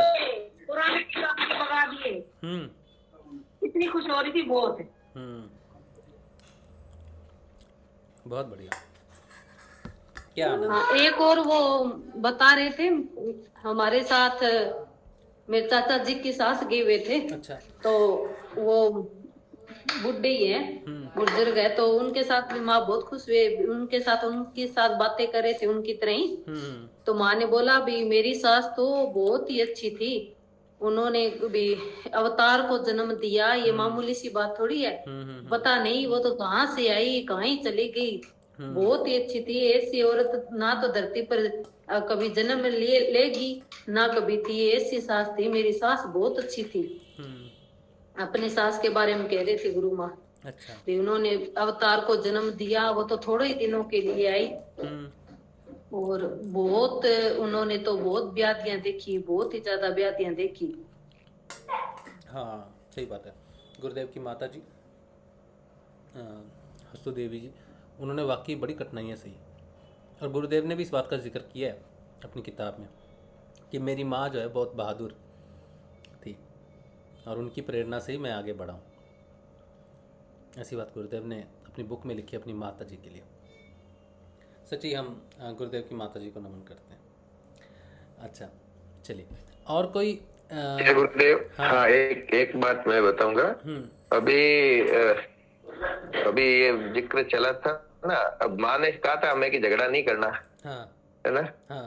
तो वो बात मेरे अभी काम आई, क्योंकि अभी कुछ लोगों ने फलाना में जो अपने कार्यक्रम हुआ, तो उसका जो हमारे गुरु बहने और गुरु भाई नाच रहे थे उसका क्लिप लिया और ग्रुपों में डाला और कहा कि फलाना को बदनाम किया और ऐसे नहीं नाचना है और वो है। तो उनको मैंने उत्तर लिखा उनके ग्रुप में, जो ग्रुप है फेसबुक यूजर गुरु परिवार ऐसा करके एक तो है, और एक AVSK का है। अच्छा। तो उनको मैंने उत्तर लिखा ना, तो उन्होंने वापस कमेंट किया और फिर उन्होंने एक घटिया कमेंट कर दिया कि आपकी अपनी बेटियों बहनों को अच्छे संस्कार दो, ऐसे नहीं नाचना चाहिए। फिर उन्होंने मैं कुछ लिख रहा था उससे पहले खुद का कमेंट डिलीट भी किया, और मुझे और नाथूलाल जी कुछ लिख रहे थे अपने मोबाइल से, तो हम दोनों को दोनों ग्रुप से रिमूव कर दिया। और वो दोनों हैं हमारे साथ सभी ग्रुपों में है, ज्ञान वर्षा में, नाद में, सभी ग्रुपों में उपस्थित है। तो उस समय एक बार तो मुझे भी लगा कि चलो इनको वापस उत्तर देते हैं, इस बात को आगे बढ़ाते हैं, लेकिन उस समय मुझे गुरु माँ की बात याद आ गई कि गुरु कार्य करना है और झगड़ा नहीं करना है। क्योंकि उन्होंने एक भद्दा कमेंट किया था, है ना, क्योंकि मैंने वो लिखा था कि देखने वाले की दृष्टि में दोष होता है, अगले पात्र में क्या होता है वो नहीं है, तो उनको कुछ बुरा लगा। और उनके ग्रुप में शायद सभी है ना, वो मैं तो एक शब्द कहूंगा नहीं कहना, मुर्दा साधक ही है। क्योंकि उस बात का कोई सत्य से ज्ञान, और किसी ने ना तो मेरे कमेंट का सपोर्ट किया क्योंकि वो सत्य पर था, तो सिर्फ और सिर्फ ऐसे डर के किसी ग्रुप में रहना कि वो कुछ गलत लिखे तो उसको भी एक्सेप्ट करना। और गुरुदेव की बात जो भी है, हमारे राजस्थान में भजन संध्याएं होती है, कोई ये पहली बार ऐसा नहीं हुआ, यहाँ पे हर भजन संध्या में सभी नाचते हैं, खड़े होके नाचते हैं, भागवत सप्ताह होती है उसमें नाचते हैं, शिव पुराण होती है उसमें नाचते हैं। लेकिन उन्होंने उस चीज को इश्यू बनाया कि यहाँ पे ये नाचना, ये गुरुदेव के मिशन में कहीं नहीं है, ये कर्म कांडे बदनाम करने के लिए और क्या लिखा, भोले भाले साधकों को ये भ्रमित करने की बात है। अब ये बात मुझे समझ में नहीं आई कि कोई गुरुदेव के भजन पर अगर कोई नाचता है सभी इतनी पब्लिक के सामने, तो ये भद्दा कैसे हो गया। किसी ने कोई ऊंचे कपड़े नहीं पहने हुए हैं, कोई गलत भाव भंगिमाएं नहीं है, और उसके बावजूद भी अगर ऐसी सोच रखते हैं और उन ग्रुपों के अंदर इतने लोग हैं और वो इस चीज को बिना सोचे एक्सेप्ट करते हैं, तो ये भी एक उचित बात नहीं है। सत्य का साथ देना है तो बेधड़क होके आप दीजिए, लेकिन मैं यही कहूंगा कि गुरु माँ ने कहा था कि झगड़ा नहीं करना। इस बात को लेकर मुझे गुस्सा भी बहुत आया, क्योंकि उन्होंने कहा अपनी बहनों को अच्छे संस्कार दो, एक गलत कमेंट किया था, फिर उसने डिलीट कर दिया। एक तो आईडी का नाम है गुरु कृपाई केवलम नाम के, और दूसरी आईडी पे है उसका नाम क्या है, ऐसा विचित्र सा नाम है। तो वो दोनों दो है, उन दोनों ने फिर मुझे तुरंत वो जवाब नहीं दे पाए, तो दोनों ग्रुपों से मुझे रिमूव किया। तो ऐसे भी गुरु भाई है, लेकिन गुरु माँ की बात है कि झगड़ा नहीं करना, तो बहुत हालांकि टाइम लगा मुझे थोड़ा कंट्रोल होते अपने आप को, लेकिन बस गुरु माँ ने कहा झगड़ा नहीं करना है ना, तो उसको फिर इग्नोर किया। लेकिन अगर कोई ऐसे गलत कमेंट्स करता है तो मैं सबसे कहूंगा कि कृपया उनका जवाब दीजिए। अगर आपको सही लगे, सही है वो जवाब दीजिए, गलत बात का साथ, गलत बात को जवाब नहीं देना और चुप रहना भी ये जरा हर ऐसी कोई बात होती है तो उसमें जवाब देना आवश्यक होता है। वो तो नाचती गाती थी। हाँ, उर्मिला जी क्या बोल रहे हैं? मैं ये कह रही हूँ, मीरा की भक्ति कौन सी थी? मीरा तो नाचती गाती थी, उसी से रिझाती थी कृष्ण को, वो उसी से खुश थी। और वो जो जिसने लिखा है वो ये नहीं कह रहा औरतें और आदमी लिख रहा है, औरतें और आदमी। क्या हम उनकी औरतें और आदमी लगते? गुरु बहने नहीं लगते?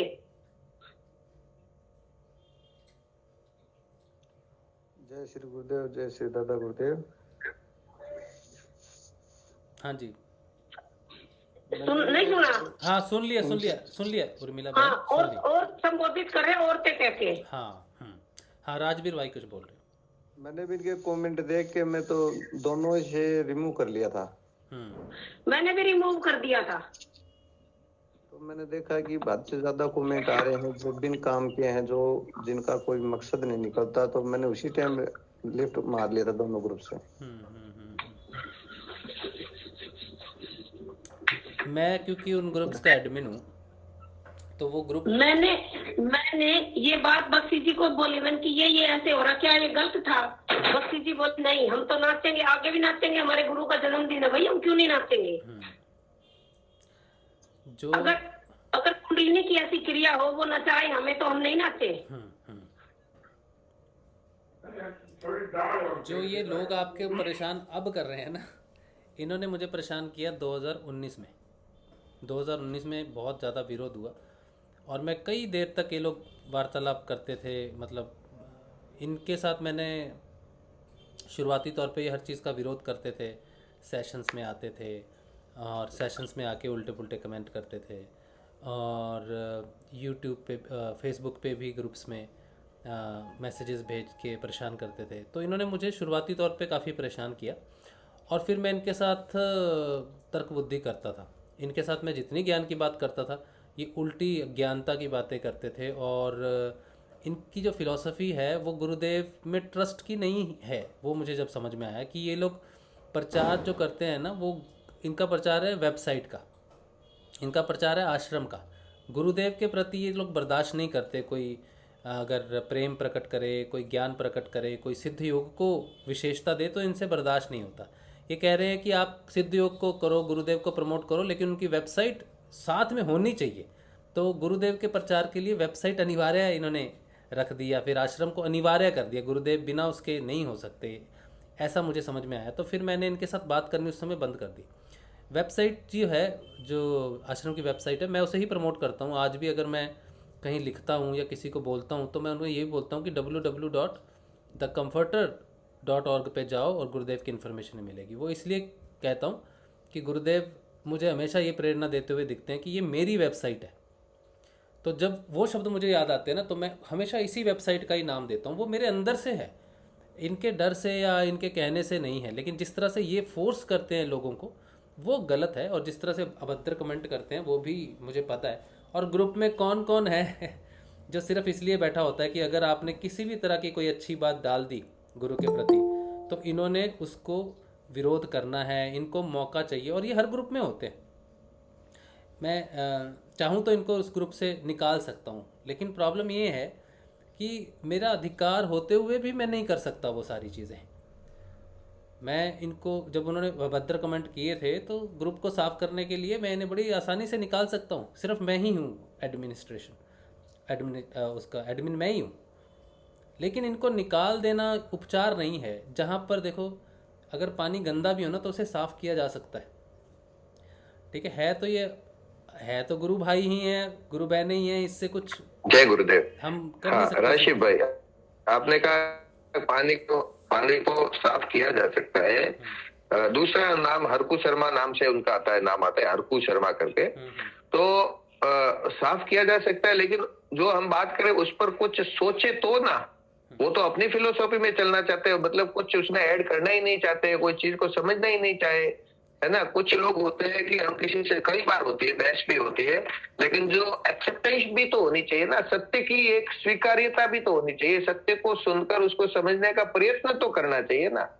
जरूरी नहीं कि मैं सही हूं, या जरूरी नहीं कि अगला वाला सही है या गलत है, लेकिन एक दूसरे को, सत्य को जानने का प्रयत्न करना। ये तो वैसे है विपक्ष की तरह हो गए कि मोदी की टांग खींचनी है, कैसे भी करके खींचो, इस प्रकार से समझ है। मुझे ऐसा समझ में आया कि कितनी भी अच्छी बात आप लिखो, कोई भी अच्छा सा जवाब लो, उस बात पर नहीं, एक ही फिलोसॉफी के कि अब हम ये गलत है और हम सही है, इसी सोच को एक जगह फिक्स माइंडसेट बना के काम करते हैं। इसलिए प्रॉब्लम आ रही है। और जिसके कारण कुछ साधक है तो वो भी कंफ्यूज होते हैं कि यार ये सही है कि ये सही है, और फिर उस कंफ्यूजन में वो कोई उत्तर भी नहीं देते कई लोग। तो मैं ये कह रहा हूँ कि जो अपने आपको जो सत्य लगे वो सत्य को रखना चाहिए। वो कहते भाई गुरुदेव का मिशन को ये कैसे सपोर्ट करते हैं, है ना। तो ये सपोर्ट ही हुआ ना, रात को फंक्शन होता है तो लोग रात को आए, गांव वाले आए। अब नयों को तो कैसे लाया जाएगा? नए तो जिस चीज को मानते, भजन संध्याएं क्यों रखी जाए, उनका ये मानना है कि गुरुदेव ने नहीं कहा ये कर्म कांड है, लेकिन हम भजन संध्या रख के, भजन संध्या कोई थोड़ी प्रमोट कर रहे हैं कि रात को भजन संध्या होगी, उसमें भी गुरुदेव के दर्शन के बारे में बताया जाएगा। एज ए एडवर्टाइजमेंट हम कर रहे हैं ना, कैसे भी करके लोगों तक पहुंचना। फिर दूसरे दिन ध्यान का कार्यक्रम है, तो जो लोग रात को भजन में आए हैं फिर ध्यान होगा, तो उनको ध्यान से मतलब नहीं है, लेकिन के प्रसादी भी है, भोजन प्रसादी है, तो इस कारण के कुछ लोग आ जाते हैं। तो ऐसे आएंगे, उससे भी उनको लाभ मिले। यानी एन केन प्रकारेण गुरुदेव के मिशन का प्रसार होता है। अब हमारे राजस्थान में तो ये भजन संध्या का ही रहता है, राजस्थान में भजन का ही प्रोग्राम होता है। भजन में ब्रेकफास्ट रखते हैं, रात को नाश्ता रखते हैं कि भजन में लोग आ जाए। बोलिए, अब खाना खा के आते हैं, रात को ब्रेकफास्ट करते हैं, बढ़िया मिठाई रखते हैं, वो कि ऐसे कैसे भी करके लोग भजन संध्या में आते हैं, भजन संध्या होगी वहां पर भी कि भाई ऐसा तो होगा ना, पोस्टर लगे हुए हैं, गुरु भाई भी होंगे, गुरुदेव के बारे में भजन भी ऐसे गाए थे जो दिव्य थे, जो हमारे गुरु भाई है वो भजनी थे, वो कोई आम लोग नहीं थे वहां भजन गाने वाले, उन्होंने हमारे गुरुदेव से संबंधित भजन ही गाए हैं, ऐसे गुरु वाणियां गाई है, लेकिन जो हमारे मिशन से संबंधित है वो, और लोगों को समझ में भी आया है, लोग जुड़े भी हैं, है ना। अब ये गाडवाला में प्रोग्राम हुआ तो हम घर भी बैठे तो वहां भी बात की, तो गुरुदेव की ही तो बात की है। तो हमारा तो परम उद्देश्य ये गुरुदेव का यही है कि भाई मिशन का प्रचार होना, उसके लिए हम क्या प्रयत्न करते हैं, सिर्फ पैम्पलेटरी से ही प्रचार हो ऐसा आवश्यक नहीं है, तो कैसे भी प्रयत्न करके हम गुरुदेव का प्रचार कर सकते हैं। लेकिन वो लोग ये नहीं चाहते, वो ये चाहते हैं कि आप कुछ मत करो, सिर्फ और सिर्फ हम कहीं वैसे करो। प्रॉब्लम यहाँ आ रही है, और कोई प्रॉब्लम नहीं है, एक ही उनका माइंडसेट है, वो नहीं चेंज हो रहा है। वो नहीं चाहते हैं कि अलग अलग तरीकों से भी प्रचार हो। जैसे टीवी पर एडवर्टाइजमेंट के रूप में आता है तो ऐसे सामान्य रूप से तो नहीं बताया जा सकता, कुछ तो ऐसे स्पेशल इफेक्ट के साथ बताया जाएगा ना। स्पेशल इफेक्ट होते हैं उसमें कि ये क्या आप इस प्रकार से बीमार हो, क्या ये तकलीफ है, फिर उसका समाधान बताते। तो हर व्यक्ति और हर समाज के हर तबके तक पहुंचने के लिए जो लोग जिस चीज में इंटरेस्टेड है उस रूप में उसका प्रचार किया जा सकता है। जिस प्रकार से लोग समझे, जहां लोग एकत्रित होते हैं उस रूप में समझाया जा सकता है। परम उद्देश्य अगर पवित्र है और गुरुदेव का प्रचार करना है तो इसके लिए कुछ भी किया जा सकता है। उसमें मेरा मानना है कि उसके अंदर हमें और कोई ऐसा नहीं सोचना चाहिए कि ये कर्म कांड है या नहीं है। जय गुरुदेव। और ये वीडियो तो 2-3 दिन बाद ही डाल दी गई थी, 1 महीने बाद उनका रिप्लाई आया है। स्वतंत्रता जो है ना वो सबको होनी चाहिए, ऐसा ही मान के चलना चाहिए। बाकी देखो हम साधक भी हैं और हमें जंग भी नहीं करनी है। जैसा नरहरि भाई ने कहा ना, गुरु माता के शब्द हैं कि तुमने लड़ना नहीं है, ठीक है। तो ये भी बात सही है कि कहीं ना कहीं थोड़ा लोग हैं। क्या मैं एक बार बोलना चाहती हूँ। हाँ जी बोलो। इस पे तो सारे गांव वाले भी नाचे थे, ठीक है। इस पे किसी ग्रुप का नाम लेके नहीं बोलना चाहिए था, वो गलत है, वो चीज गलत है। किसी ग्रुप का नाम नहीं लेना चाहिए था। सारे नाचे थे, गांव वाले भी नाचे थे, कोई ग्रुप में नहीं है वो भी नाचे थे। अच्छा। इसने ग्रुप का नाम क्यों बोला? वो तो गलत है। बोला तो सिंपल से बोलते हैं यहाँ आके मत नाचना, वहां आपने जो नाचा था यहाँ आके मत नाचो। और ये दूसरी बात ये है कि इस्कॉन टेम्पल में तो सारे नाचते हैं, कौन नहीं नाचता धुन में? सारे नाचते हैं वहां तो। जो 1 मिनट के लिए जाके खड़ा होता है वो भी झूमने लग जाता है वहां तो जाके कृष्ण जी के उसमें। वहां तो सारे नाचते हैं, उसमें तो नाचना ही है, वहां तो कुछ है वो है ही, नाचते ही हैं सारे वहां पे। तो बिल्कुल 1 मिनट नहीं लगता, वहां तो सारे नाचने लग जाते हैं, जब तक खत्म नहीं होता तब तक नाचते रहते हैं। ये तो गलत बात है। कोई नहीं, छोड़ो इस टॉपिक को, गुरुदेव के कार्य में आगे बढ़ो। जैसी जिसकी बुद्धि होती है वो वैसे ही बोलता है। मैं यही बोलने वाली थी, छोड़ दो। मैं तो लड़ के पहुंचा हूँ, अब मैं शांत हो गया हूँ क्योंकि मुझे लगता है कि ये इन लोगों से आप अभी जो फेस कर रहे हो ना, मैं पता लग जाता है भैया जी, इससे पता लगता है कि ये बंदा कितनी बुद्धि का है। आप ये सोच लो कि मेरा इतना विरोध हुआ होगा कि मुझे आश्रम से इसलिए बाहर निकाल दिया कि मैं वहाँ ध्यान करने बैठा था। अब ये इतना बढ़ चुका है, इसीलिए मैं अभी विरोध नहीं करता हूँ, ना मैं उनकी ऊर्जाओं को रिप्लाई करता हूँ, क्योंकि मैं जान चुका हूँ कि गुरुदेव उनके माध्यम से कहीं कहीं कुछ ऐसा काम करते हैं जो शायद ज़रूरत पड़े उनकी, तो उनको उस बुद्धि में रखा हुआ है। तो विरोध तो हम नहीं कर सकते, सब तो नहीं कर सकते, लेकिन आप सब स्वतंत्र हो, अपनी अपनी बात रखने के लिए स्वतंत्र हो। आपको जैसा सही लगता है साधना में आपको वैसा ही करना चाहिए। लेकिन अपना जय गुरुदेव राजीव। हाँ जी प्रदीप, मैं कुछ कहना चाहूँगा। असल में देखो, कमी ज्ञान की है ना। सभी साधकों का ज्ञान एक जैसा नहीं है। कुछ लोगों ने उस बात को समझ लिया तो बहुत लोगों ने भी नहीं समझा। तो जब उनको समझ आ जाएगी वो अपने आप बोलना बंद कर देंगे, है ना। तो अगर हम बोले, अगर कोई कहे कि ऐसे नाचना नहीं चाहिए, है ना, जो भजन संध्या है उसमें नाचना नहीं चाहिए, तो मुझे एक बात बताओ, जब माता कुंडलिनी शक्ति जागृत होके नचाती है तब, अगर नाचना इतना ही कुछ गलत है तो जब माता कुंडलिनी शक्ति जागृत होके आपको ध्यान अवस्था में नचाती है तब क्या, वो भी गलत हुआ। इधर घर में मुझे पिछले साल की बात है, आधा पौना घंटा माता कुंडलिनी शक्ति ने पूरे परिवार के सामने मुझे नचाती रही। मैं भी नाचा हूँ भाई बहुत। अभी फिर क्या वो गलत था? जो वो मातृ शक्ति कुंडलिनी शक्ति हमें नचा रही है, तो अगर हम अपनी मर्जी से अपने गुरु की भक्ति में खुशी में हम नाच लिए तो उसमें क्या गलत कर दिया? या किसी ने कुछ गलत पहरावा डाला हुआ था, है ना? कुछ ऐसा तो नहीं था, वो तो गुरु के भजन में गुरु की मस्ती में नाच रहे थे, तो इसमें क्या गलत हो गया? तो मुझे लगता है कि जो भी लोग इसके ऊपर कोई टिप्पणी कर रहे हैं तो उनको शायद अभी ज्ञान की कमी है, समझ नहीं है। एक मैं आपको ना एक गुरु ग्रंथ साहब में से एक लाइन है, शब्द है, वो सुनाता हूँ थोड़ा सा। हाँ जी। तो दोस्तों की शंका दूर हो जाएगी। इसमें ना गुरु ग्रंथ साहब जी में 506 पेज पर लिखा हुआ है, लिखा है कि नाच रे मन गुर के आगे, नाच रे मन गुर के आगे, गुर के बाणे नाचे ता सुख पावे, अंत जम पौ भागे। क्या बात है। मतलब भी ये मन गुरु के आगे नाच, है ना? गुरु के पाने मतलब गुरु की मर्जी में अगर तू नाचता है ना, तो जो जमों का जो डर है वो भाग जाएगा, है ना? हमें हमारे ग्रंथों में जो हमें वाणी कह रही है, नाचने के लिए कह रही है गुरु के आगे, हमारे मन को, कि हमारा मन गुरु के आगे नाचे। ना आगे इसकी व्याख्या भी थोड़ी पढ़ देता हूं मैं। बोल रहा है, मन गुरु की हजूरी में नाच, गुरु के हुक्म में चल। हे मन, अगर तू वैसे नाचेगा जैसे गुरु नचाएगा, अगर तू गुरु के हुक्म में चलेगा तो आनंद पाएगा, आखिरी वक्त पर मौत का डर भाग जाएगा। तो ये हमारे ग्रंथों में भी लिखा हुआ है। नाचना कुछ गलत नहीं है, है ना?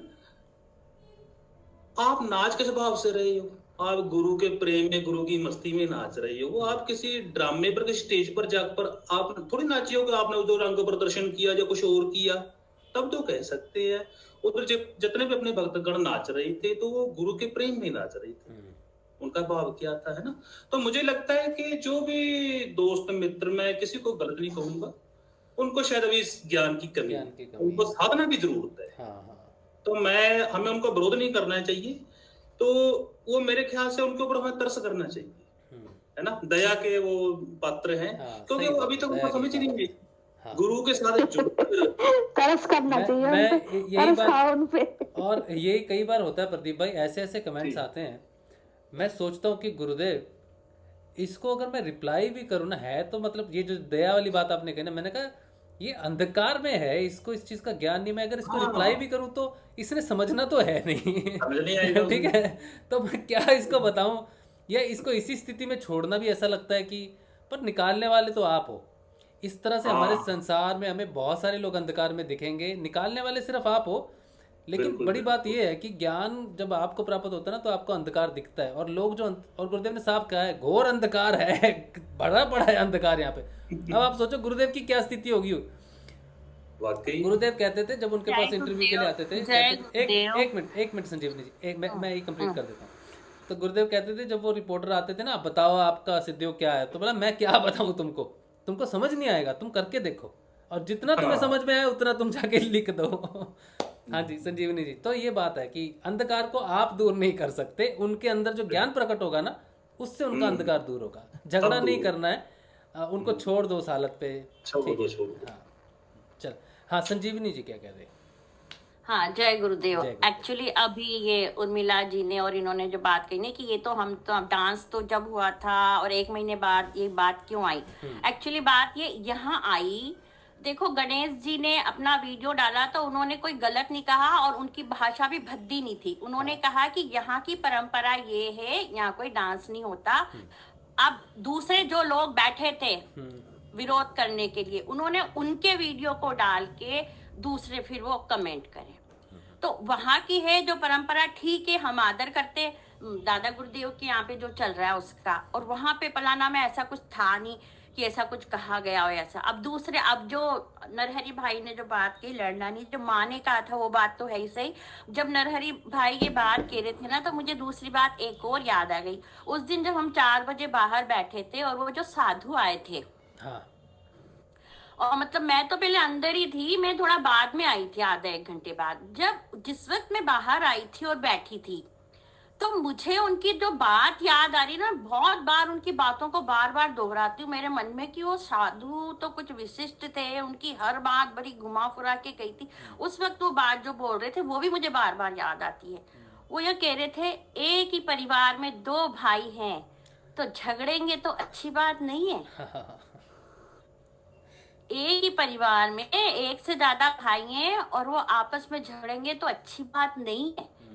ये बात मेरे दिमाग में उनकी गूंजती है, और इसीलिए मैं भी कहीं कोई कमेंट करना, विरोध करना मत अंदर से आता ही नहीं है कि है, जब सब में गुरुदेव की ही शक्ति ही काम कर रही है तो जो हो रहा है ठीक है बस। यही चीज। और ऋषि अरविंदो का जो उत्तरपाड़ा का भाषण है ना, उसमें कृष्ण ने खुद आके कह दिया कि जो तुम्हारे विरोधी भी है ना वो मैं हूँ। अब किसका विरोध तो करें, किससे लड़े, समझ है, इसलिए और फिर पता नहीं। हाँ, वो ये मानते नहीं कि उनके विरोधियों में भी हम में नहीं, भी कृष्ण है। अब ये बात आ रही है ना, जो क्वेश्चन उठाया तभी मेरे दिमाग में ये आया कि ये बात पहले क्यों नहीं आई, बाद में क्यों आई। तो ये बात इसलिए आई, तो देखो गणेश जी ने तो बहुत अच्छी तरह से, उनको वहां कुछ नहीं कहना पड़े, बाद में कोई कुछ नहीं कहे, उन्होंने अपने को मैसेज कर दिया कि भाई यहाँ पे ये चीज नहीं होती। तो बहुत अच्छी बात थी उनकी, तो वो बहुत सही था उनका। लेकिन उसको कोट करके गलत कमेंट करने वालों की बात गलत है। संजीवनी मैं तो ये कह रही थी, जो पोस्ट लिखा गया था उसमें आदमी औरतें फलाना को बदनाम करना, ये चीजें बोल रही हूँ मैं। हाँ, उनकी अभद्र भाषा थी, हम समझ रहे हैं उनकी। देखो आप अगर एक अज्ञान व्यक्ति कोई मैसेज लिख रहा है तो आप उसमें भद्रता कैसे एक्सपेक्ट कर सकते हो? अभद्रता तो इसी चीज में है ना कि वो आपको गुरु भाई गुरु बहन मानते नहीं है।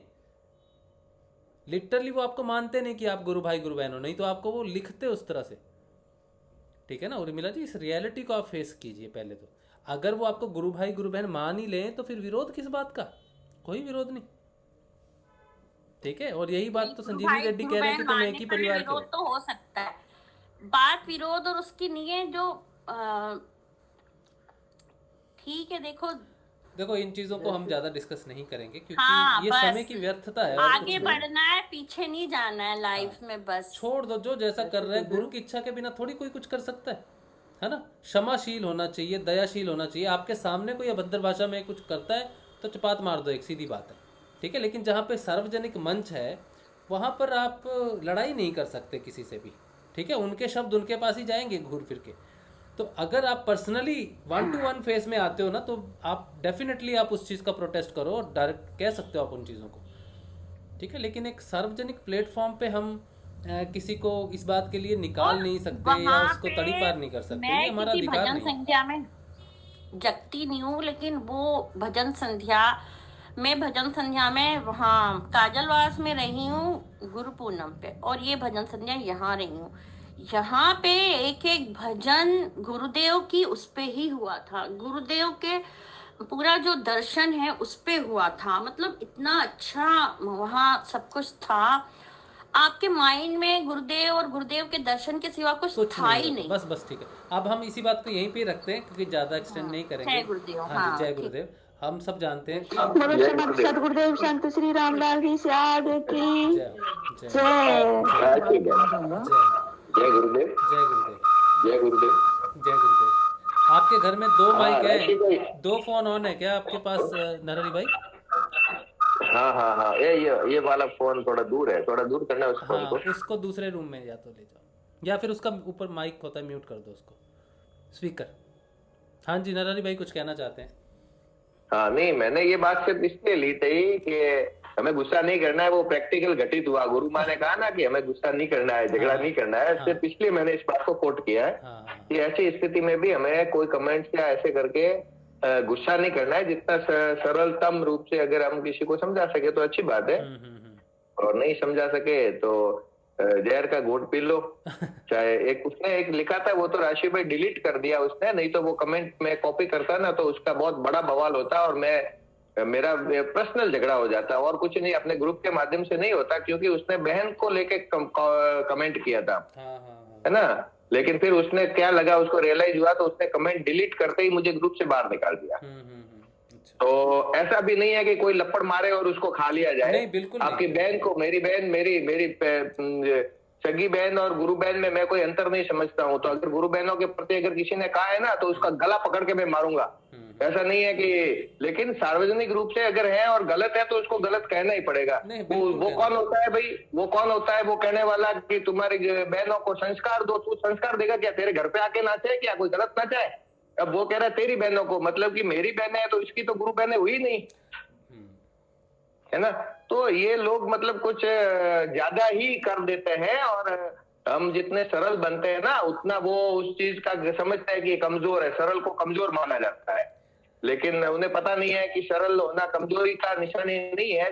लेकिन बात यहाँ आके मैं उसी मतलब बहुत भाई देखो, सामान्य सा साधक को गुस्सा तो बहुत आया, पर्सनल मैसेज लिखने के लिए भी हाथ गया था उसने ग्रुप से निकालते हैं, ऐसे कैसे लिखा तूने, सारी चीजें थी।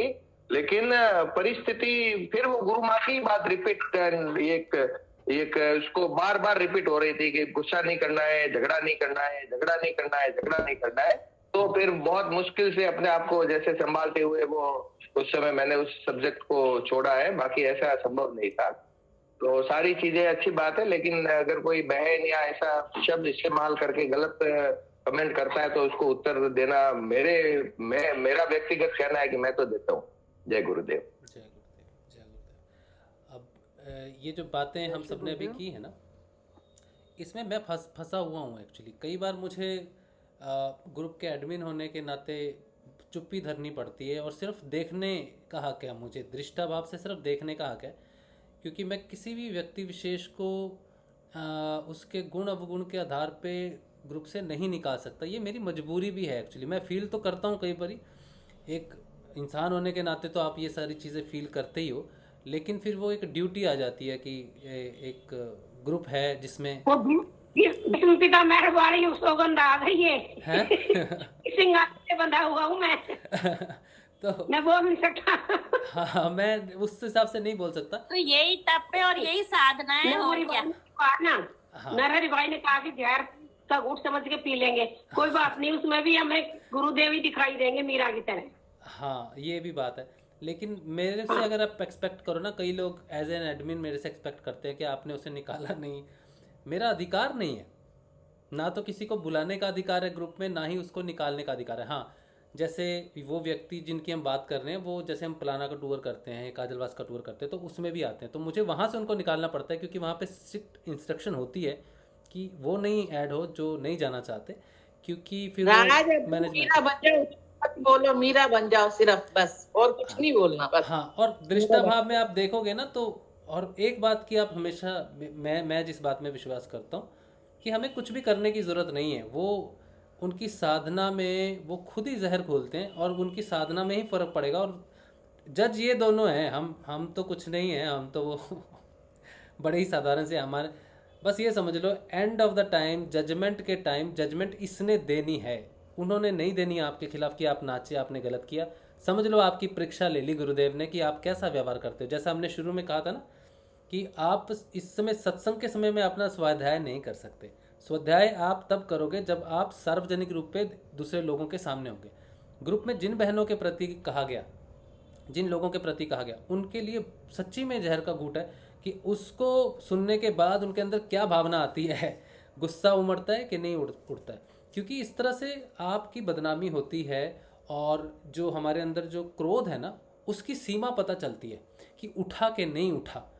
ठीक है, तो ये आपकी एज ए साधक आपके लिए एक तरह से बहुत तगड़ा अपॉर्चुनिटी है कि इस अभद्र व्यवहार को आप कैसे लेते हो। ठीक है, कई तरीके हैं इससे निपटने के। एक गरम दल भी हो सकता है, एक नरम दल भी हो सकता है, गरम दल से भी निपट सकते हैं।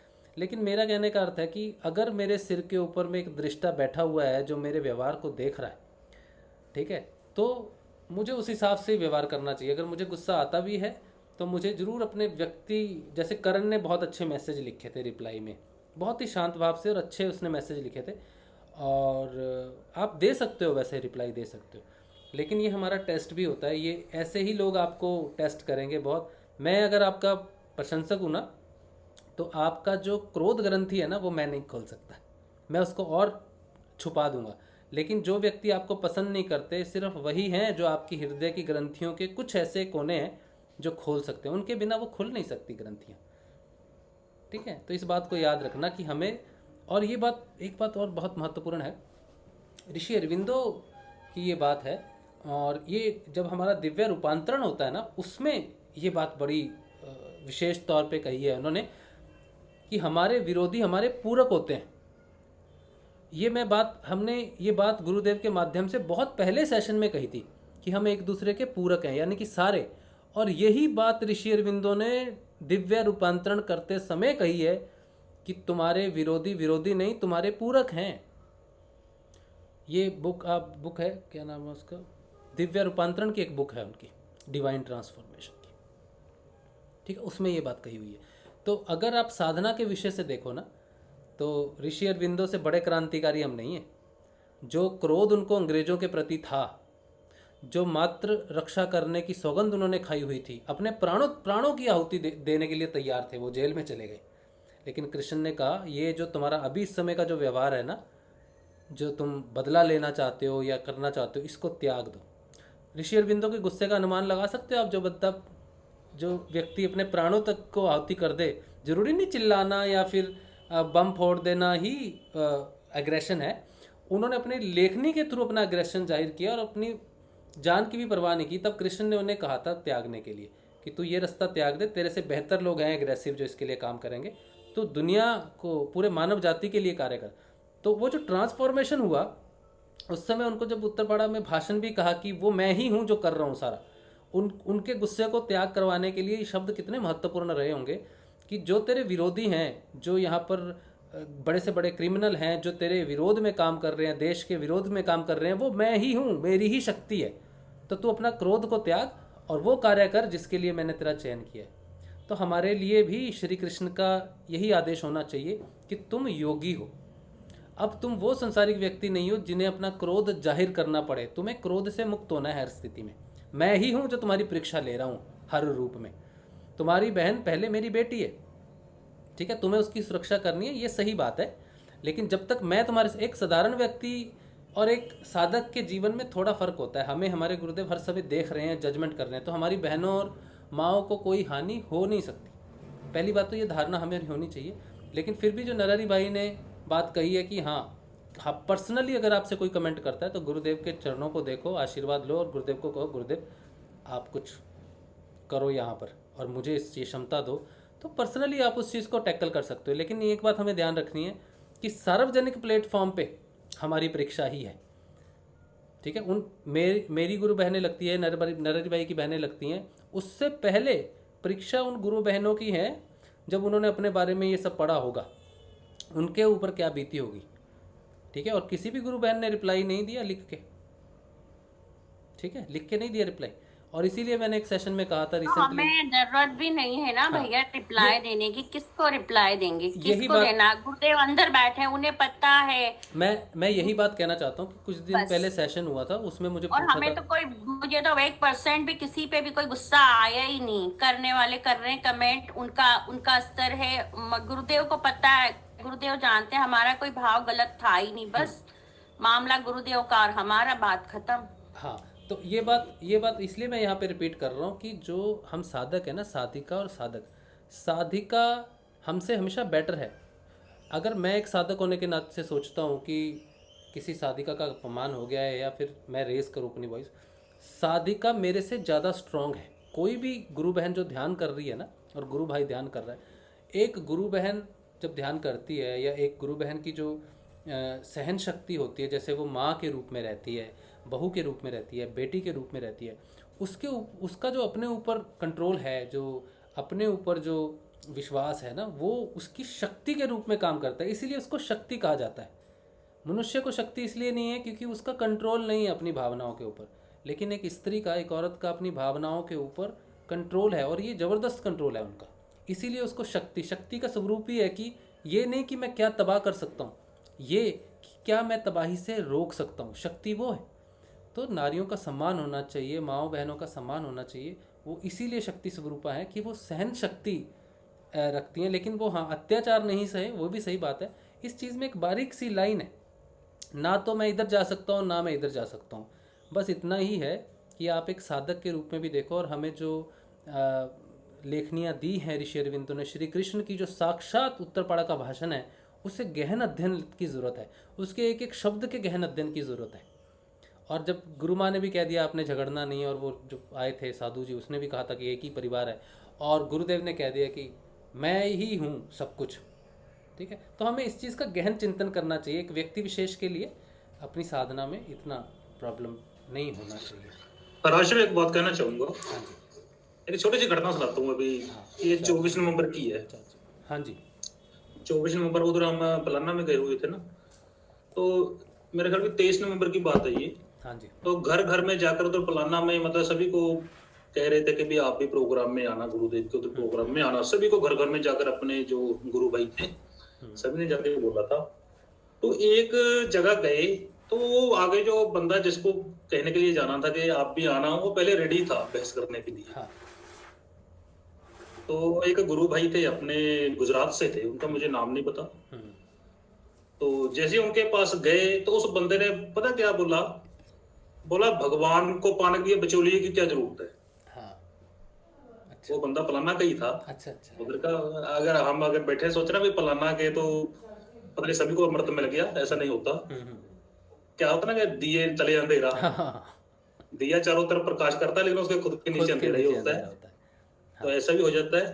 तो वो बंदा रेडी था पहले बहस करने के लिए। तो उसका पहले क्वेश्चन ये था कि भगवान को पाने के लिए बिचौलिए की क्या जरूरत है। तो मैंने उस जो गुरु भाई थे ना गुजरात वाले, उन्होंने एक शब्द भी नहीं बोला। उन्होंने बोला ठीक है भाई, इतना कह के आगे निकल गए। तो वही चीज है कि इस साधना के पथ में ना बहुत लोग अपने को मिलेंगे, गलत बोलने वाले भी बहुत बहुत लोग मिलेंगे, लेकिन हम लोगों ने उनसे बहस करके अपना समय बर्बाद नहीं करना। गुरु साधना में हमने लगे रहना है। गुरु सब कुछ जानता है। अभी ये उत्तरपाड़ा का ये जो भाषण है ना, ये बिल्कुल इसमें क्लियर बता दिया गया है कि हर तरह के लोग हैं, वो सबके अंदर वही है। तो जरूरत नहीं मेरे ख्याल से बहस करने की, किसी से जरूरत नहीं है। साधना करो। ये भी मेरे ख्याल से भी ये भी अपना एक साधना की वो चीज है। हमारे अंदर सहनशीलता बढ़ रही है। साधना की असली परीक्षा ही इस वक्त है। जी बिल्कुल बिल्कुल। तो जो आपने यदि आप समाज में और इसमें रहे नहीं है, एक जाके वहाँ बैठ गए ना जंगल में, तो फिर क्या परीक्षा कहाँ हो रही है? कहाँ परीक्षण हो रहा है आपकी साधना का? परीक्षण ही समाज में रियलिटी में होती है आपकी साधना की। वास्तव में आप में चेंज क्या आ रहा है? बिल्कुल बिल्कुल। तो ये चीज मैं समझ रहा हूँ। तो हाँ, एक मिनट नरेश। तो अभी ना धीरे धीरे खुद के अंदर वो बहुत बदलाव महसूस हो रहा है। पता चल रहा है कि हाँ, अभी क्या बाहर किसी से जब भी जैसे बहस का मौका होता है तो मैं निकल लेता हूँ। नहीं, बहस नहीं करनी। क्यों बहस करनी? वो चाहे गलत है, मुझे बहस नहीं करनी। मुझे अपनी शांति भंग नहीं करनी।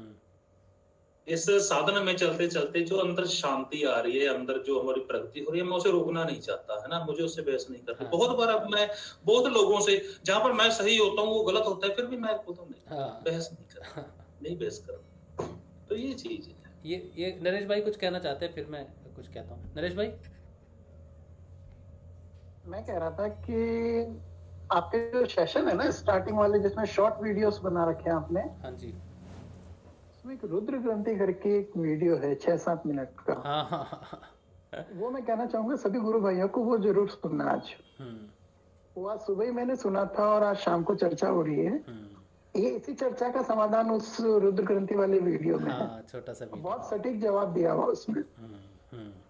बिल्कुल सही बात है। एक रुद्र ग्रंथि पे एक छोटा सा सेशन है। उस सेशन की भी बड़ी एक, जो लोग मुझे कहते हैं ना, कुछ साधक कहते हैं कि ये खाते समय, ये सेशन के समय या सत्संग के समय खाता है, अभद्र व्यवहार है या फिर कंट्रोल नहीं है, कितना मतलब ऐसे ही है। तो वो जो रुद्र ग्रंथि की जब प्रेरणा मुझे हुई तो उस समय मैं खाना खा रहा था एक्चुअली में, ठीक है। तो प्रेरणा हुई कि रुद्र ग्रंथि ऐसी होती है, इस पर ऐसा होता है, सेशन कुछ बात करो, इस पर लिखो या सेशन करो। मैंने कहा ठीक है, अंदर से ही मेरी बात चल रही है। मैंने कहा खाना खा के मैं लिखता हूँ। बोला खाना खाते खाते कर। मैंने कहा गुरुदेव लोग क्या बोलेंगे, खाना खाते खाते सेशन है।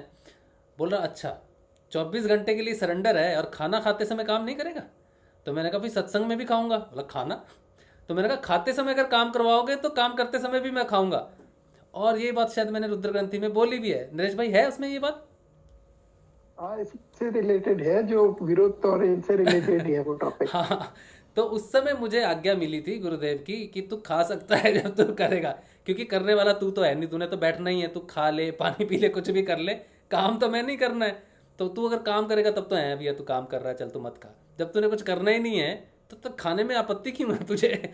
तो तू खा लेना उस समय। तो वो बहुत अच्छा सेशन है। और जो बात प्रदीप भाई ने कही है कि दिए तले अंधेरा होता है, ये बाबा श्री गंगाईनाथ जी ने गुरुदेव से कही थी। ठीक है, उन्होंने कही थी कि तू जा और बीकानेर में प्रचार, बीकानेर में तूने नहीं करना है अपना काम, तूने जाके जोधपुर में करना है जाके, क्योंकि जहाँ पर हम जन्म लेते हैं ना वहाँ पर उस चीज़ की मान्यता होती नहीं है। इनडायरेक्टली वो यही कहना चाहते थे कि जहाँ पर दिया रहता है ना वहाँ पे उसकी पहचान नहीं होगी। ठीक है, उसके वहाँ पे अंधेरा ही रहेगा, चाहे वो कितना भी प्रकाश फैला ले। तो तू वहाँ पर जा। और उसका दूसरा कारण ये भी था कि मान सिंह जी नाथों के भक्त थे और उन्होंने मांगा था नाथों से कि हम तुम्हारी आपकी कृपा सदैव हमारे पे रहना चाहिए। तो जोधपुर का चयन करने में वो भक्त थे नाथों के, तो नाथों की कृपा उन पे बनी रही। जो नाथों ने इतना बड़ा अमृतपान दिया है उसका जो केंद्र चुना, उसका बहुत बड़ा कारण वहाँ की भक्ति है, जोधपुर की भक्ति है। और वो मान सिंह जी की गुरुदेव ने अपने एक सेशन में भी बोला है कि वो नाथों के भक्त थे। तो ये सारी चीज़ें बहुत गुप्त होती हैं, रहस्यमयी होती हैं, और इनको तभी समझा जा सकता है जब आप सहज हो जाओ। और ज्ञान सहज से ही प्राप्त होता है, नहीं तो सिंपल सी बात भी आपको समझ में नहीं आने वाली, आप लड़ के ही मर जाओगे और कुछ भी प्राप्त नहीं होगा।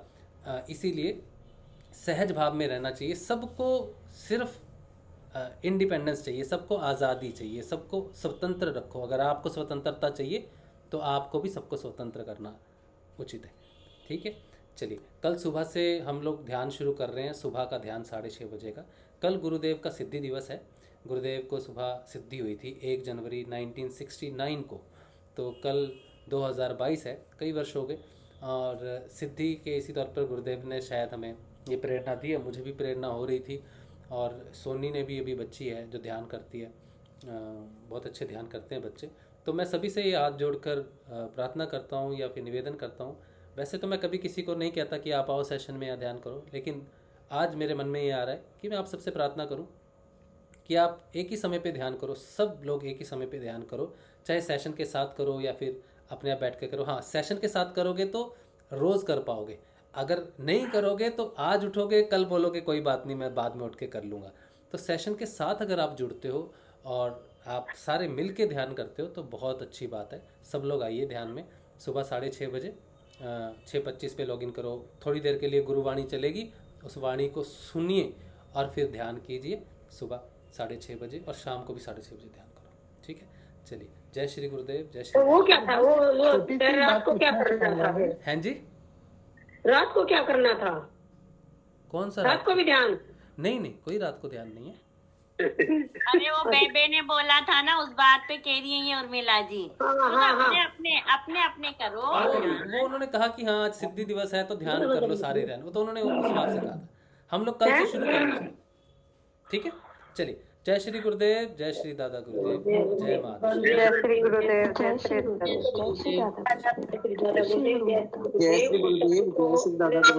बहुत बहुत मुबारकबाद। सभी साथ मिलकर ऐसे आगे बढ़ते रहे और ध्यान करते रहे मिलके। जय श्री जय गुरुदेव। आपको हाँ, जय श्री गुरुदेव। जय गुरुदेव, जय गुरुदेव।